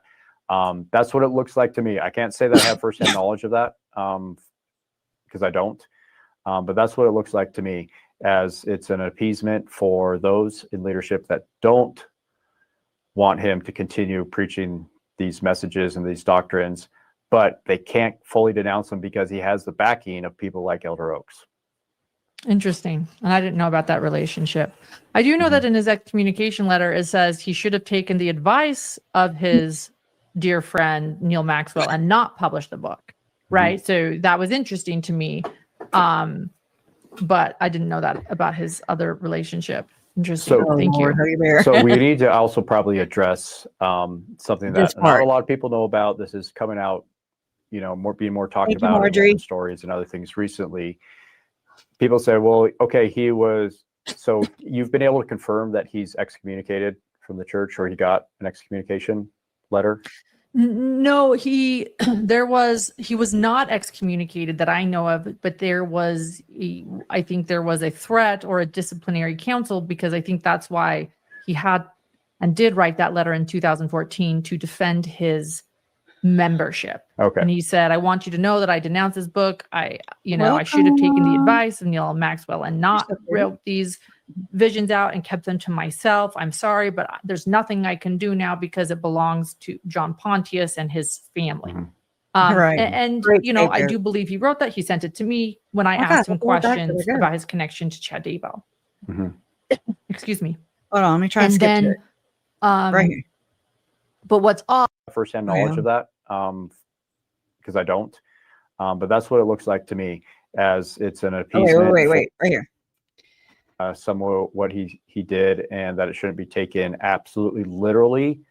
But in all of his public statements, when he's at Eternal Core and he's doing these speeches. He's preaching it as a literal future historical events. Yeah.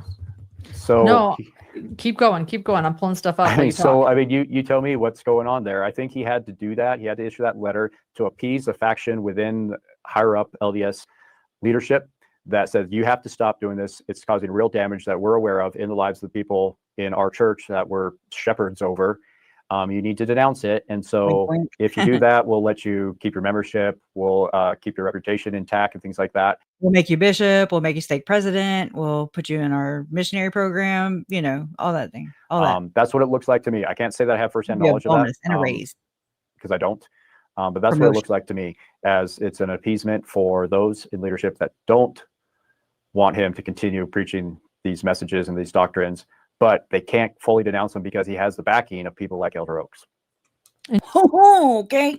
Why is that relevant? Because Elder Oaks just became the reigning prophet / president of the Church of Jesus Christ of Latter-day Saints. That's why it's relevant. And I'm like, oh shit, y'all better go tie everything down. Okay. Because, and I mean, that's what I'm saying. Like Tim, well, I don't know. Yeah. Tim would have come out with these videos, these more aggressive towards the church. Maybe not. Man, I need to do a little more digging and make sure. But I'm trying to figure out, because like President Nelson died, September 27th ish, somewhere around there. Where's DJ? I've been wanting to know what his numbers have been crunching like with all these changes and stuff. But the fact that Elder Oaks came in, President Nelson went out, so it's like I don't know, just trying to see if there's any kind of a pattern there, or, just trying to read into it more. But yeah, I thought that was significant because Oaks just became the prophet of the Church of Jesus Christ of Latter-day Saints. So anyways, I think we'll end right there, because I could just play and do things. So many things. Here, I'll show you. We'll end on this. Okay. Yeah, I know. Right. This was interesting. Up, as you can see here, in 2012, she won a beauty pageant owned by Donald Trump and then became Miss Arizona. After that, she... Oh, god dang. For fuck's sake. Tried to get into entertainment. She appeared in some music videos, this one from a country music band. But then at age 23, she does something kind of interesting, which is to set up an evangelical Christian organization called Everyday Heroes Like You, which developed a program called Romanian Angels, which advocated for adoptions, family reunifications, and deinstitutionalization policies for orphan children. And it operated from about... This is what Children Need Families did also, which was Tim Ballard, Catherine Ballard, and Janet Resson, allegedly. About 2011 to 2015. Those dates are important, and they which talked I'll about get back Rod to in a second. But yeah, I don't know. This whole thing seems kind of like a weird thing to do, to go to Romania to start a charity. This next part is where it gets super dark. According to UNS, behind the slogan, helping God's forgotten children find wings, her organization was actually suspected of having been involved in child trafficking. Whoa, yeah, those are some heavy claims. So I looked into it deeply. Obviously, I started with the mainstream fact checkers who say that there is absolutely no evidence of this claim, of course, but I'm here to report that we actually do have some evidence. This is from a Romanian newspaper. This headline is translated, but it reads, a former translator from the American base in the city of Romania that I'm not going to pronounce, accuses, and she says that it's a real brothel operated here where minors were brought in. Quote, Anna Maria Nasiu was until recent years a translator at the American base, once again, city, can't pronounce it, Romanian name. Everything seemed to be normal until Anna Maria discovered that in this military unit belonging to NATO forces, there was a real brothel where underage girls came to satisfy the desires of some soldiers, especially the commander of the Black Sea Area Support Team base, Otto Buscher. Okay, Otto Buscher, remember that name. This next part is where the dots will connect. Okay, I'm going to show you this video right here that was posted by Erica Kirk, then Erica Fronsky, I don't on like that Vimeo. picture. Basically, it's a commercial for Romanian angels, and it was posted in 2013. I believe that we all have angels in our lives, and these are my little angels from Antonio Placement Center in Constanța, Romania.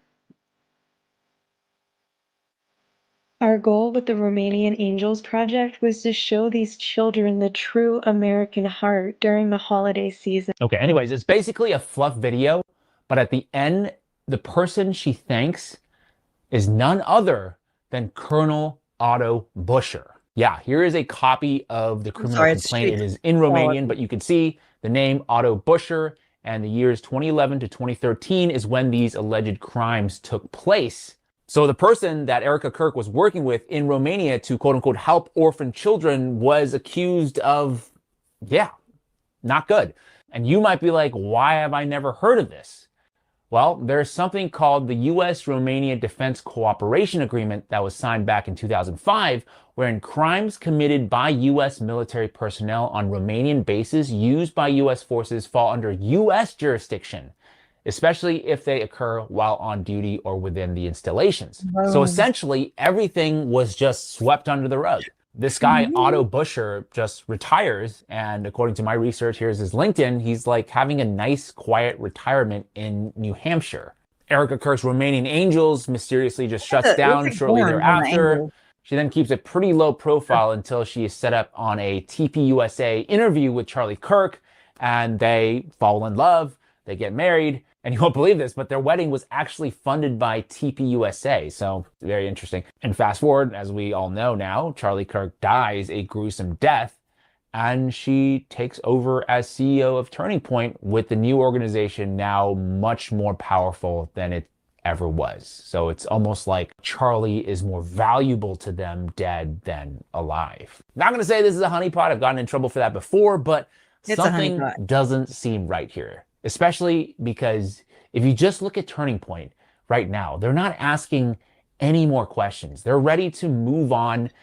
They're ready to fundraise. Erica looks happy as a clam, and Charlie is basically in the rearview mirror at this point, even before we really have all the facts.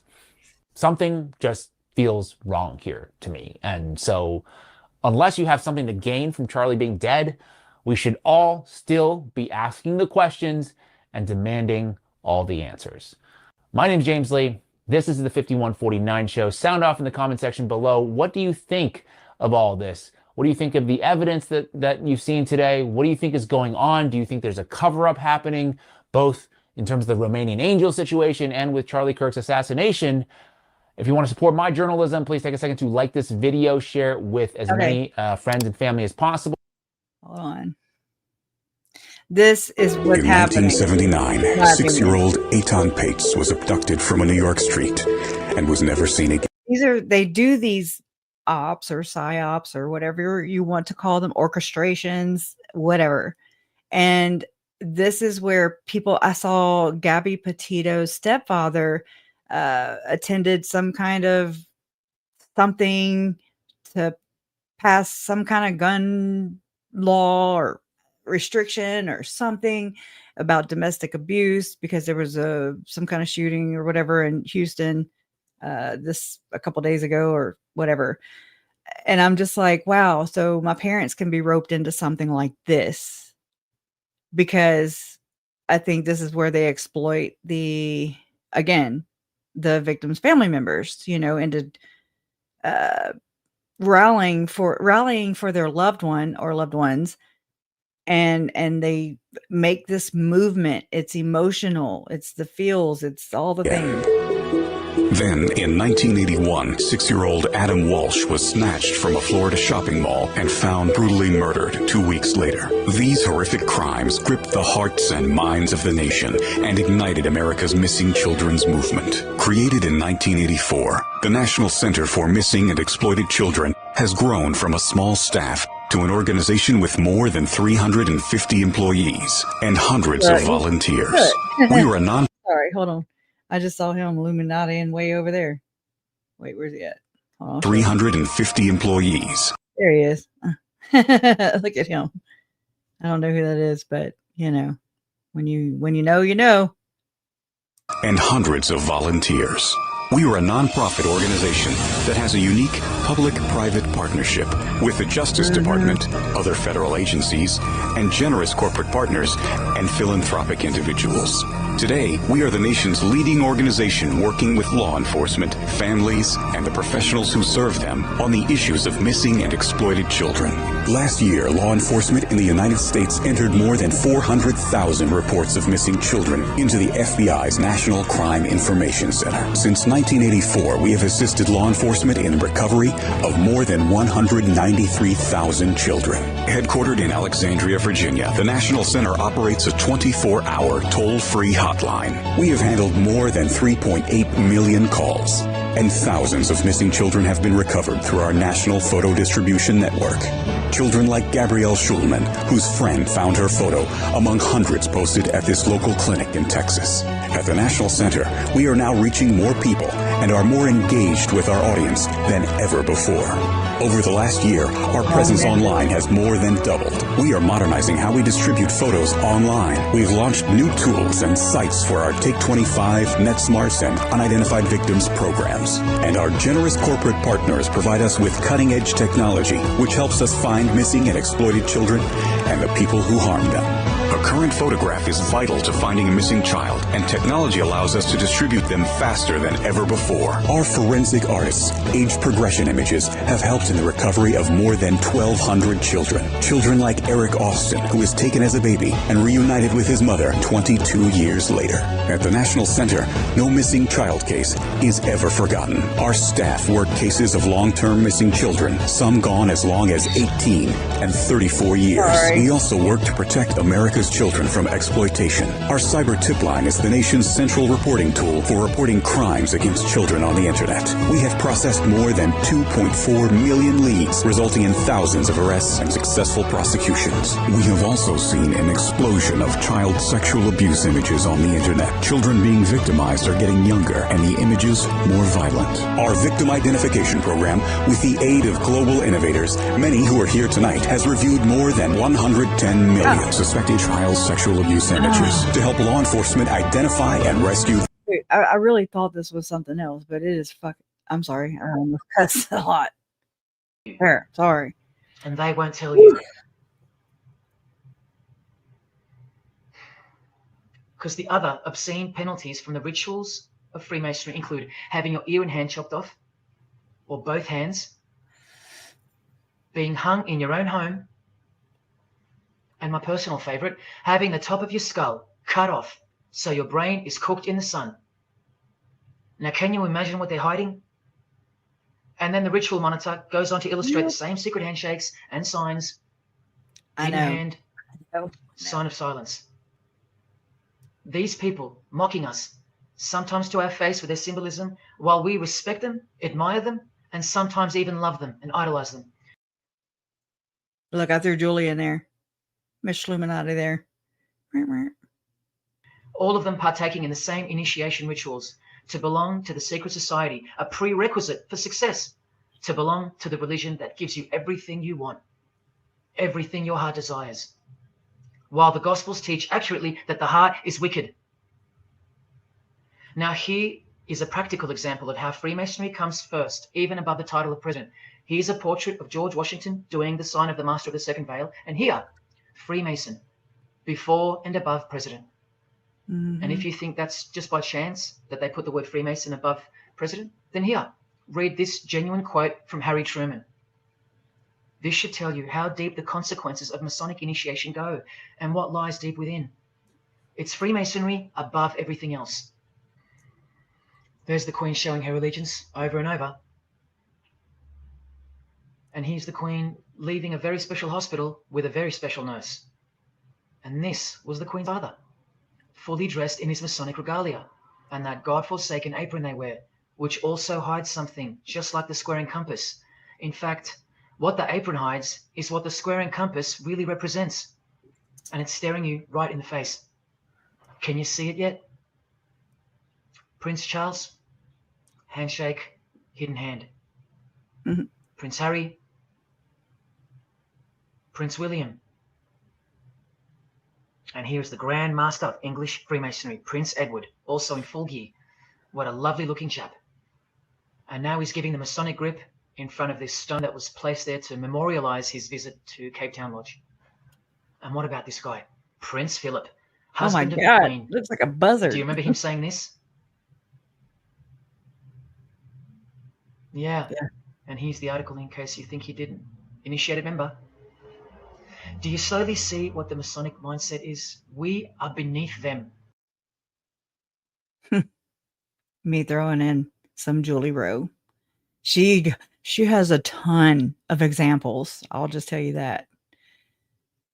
And I just shared this in the chat, and I swear we're going to leave. Jesuit extreme oath of induction. If you ever are like, I think I'm being a little biased. I think I'm being too harsh. Just come and revisit Secret Covenant, Luciferian Blood Oath Pact. The following video was provided by Dana Horachowski back on October 9th, 2009, and presents the Secret Covenant, which is a Luciferian blood oath pact made by High Freemasons, Jesuits, High Knights of Columbus, or any other secret society that has pledged allegiance to Lucifer and the Vatican. This oath puts their allegiance to their Lucifer secret society above all else while committing to their plan for worldwide control, deception, division, enslavement, fear-mongering, depopulation, and poisoning of the masses. I'm reading from the full transcript now. An illusion it will be, so large, so vast, it will escape their perception. Those who will see it will be thought of as insane. We will, right?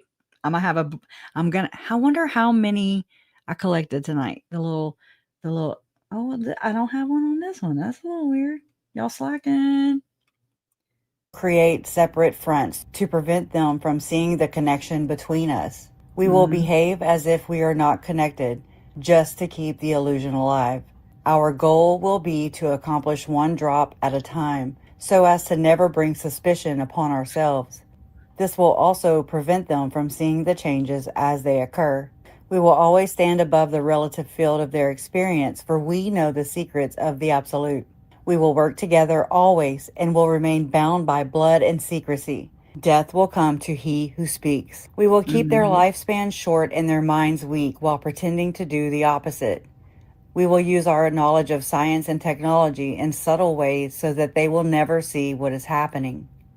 We will use soft metals, aging accelerators, and sedatives in food and water, also in the air. They will be blanketed by poisons everywhere they turn. The soft metals will cause them to lose their minds. We will promise to find a cure for many of our fronts, yet we will feed them more poison. The poisons will be absorbed through their skin and mouths, and it will destroy their minds and reproductive systems. From all of this, their children will be born dead, and we will conceal this information. The poisons will be hidden in everything that surrounds them, and in what they drink, eat, breathe, and wear. We must be ingenious in dispensing the poisons, for they can see far. We will teach them that the poisons are good with fun images and musical tones. Those they look up to will help. They will see our products being used in films and will grow accustomed to them and will never know their true effect. When they give birth, we will inject the poisons into the blood of their children. We will start early on when their minds are young, and we will target the children and what the children love most, sweet things. When their teeth decay, we will fill them with metals, and that will kill their mind and steal their future. When their ability to learn has been affected, we will create medicine which will make them even sicker and cause other diseases for which we will create even more medicine. We will render them docile and weak before us by our power. They will grow depressed, slow, and obese, and when they come to us for help, we will give them more poison. We will focus their attention towards money and material goods so that they may never connect with their inner self. We will distract them with fornication, external pleasures, and games so that they may never be one with the oneness of it all. Their minds will belong to us, and they will do as we say. If they refuse, we shall find ways to implement mind-altering technology into their lives. We'll use fear as our weapon. We will establish governments and establish opposites within. We will own both sides. will always hide our objective but carry out our plan. They will perform the labor for us, and we shall prosper from their toil. Our families will never mix with theirs. Our blood must be pure always, for it is the way. We will make them kill each other when it suits us. We will keep them separated from the oneness by dogma and religion. We will control all aspects of their lives, and then tell them what to think and how. We will guide them kindly and gently, letting them think that they are guiding themselves. We will foment anonymously between them through our factions. When a light shall shine among them, we shall extinguish it by ridicule or death, whatever suits us best. This is a biggie. We will make them rip each other's hearts apart and kill their own children. We will accomplish this by using hate as our ally and anger as our friend. The hate will bind them totally, and never shall they see that from their conflicts we will emerge as the rulers. The hate will bind them totally, and never shall they see that from their conflicts we will emerge as the rulers. They will be busy killing each other. They will bathe in their own blood and kill their neighbors for as long as we see fit. We will benefit greatly from this, for they will not see us, for they cannot see us. We will continue to prosper from their wars and from their deaths. We shall repeat it over and over and over until our ultimate goal is accomplished. We will continue to make them live in fear and anger through images and sound. We'll use all of the tools we have to accomplish this. The tools will be provided by their own labor. We will make them hate themselves and their neighbors. We will always hide the divine truth from them, that we are all one. They must never know. They must never know that the color is an illusion. They must always think that they are not equal. Drop by drop, we will advance in our goal. We will take over their land, resources, and their wealth to exercise total control over them. We will deceive them into accepting laws that will steal the little freedom that they will have. We will establish a money system that will imprison them forever, keeping them and their children in debt. When they shall band them together, we shall accuse them of crimes and present a different story to the world, for we shall own all the media. For we will use our media to control the flow of information and then slant it in our favor. When they rise up against us, we will crush them like insects, for they are less than that. They will be helpless to do anything as they will have no weapons. We will recruit some of their own to carry out our plans, and we will promise them eternal life. But eternal life they will never have, for they are not one of us. The recruits will be called initiates and will be indoctrinated to believe false rites of passage to higher realms. The members of these groups will think that they are one of us, never knowing the truth. They must never learn the truth, for they will turn against us. For their work, they will never be rewarded with earthly things and great titles, but never will they become immortal and join us. Never will they receive the light and travel the stars. They will never reach the higher realms, for the killing of their own kind will prevent the passage to the realm of enlightenment. The truth will be hidden in their face so close that they will not be able to focus on it until it's too late. Oh yes, oh grand illusion of freedom will be that they will never know how they are slaves. When all is in place, the reality that we will have created for them, we will own them. The reality will be their prison. They will live in self-delusion. When our goal is accomplished, a new era of dominion will begin.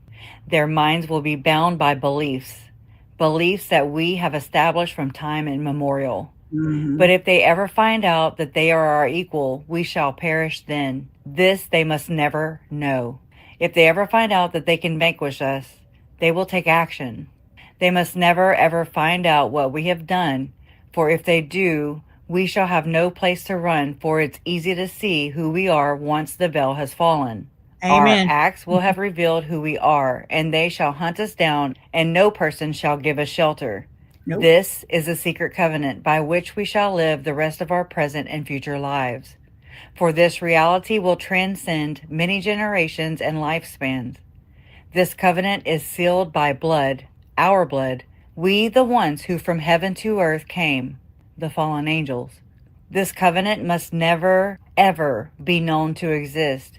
It must never, ever be written or spoken of, for it is the consciousness that will spawn and release the fury of the prime creator upon us, and we shall be cast to the depths from whence we came and remain there until the end of time, of infinity. Yeah. So, aren't they just so awesome? Yeah. Let me remove that. All right. We're going to go for real. Oh, it played anyway. I don't know who the hell that is. All right. Bye, y'all. Thanks for hanging with me and enjoy this outro. Yeah.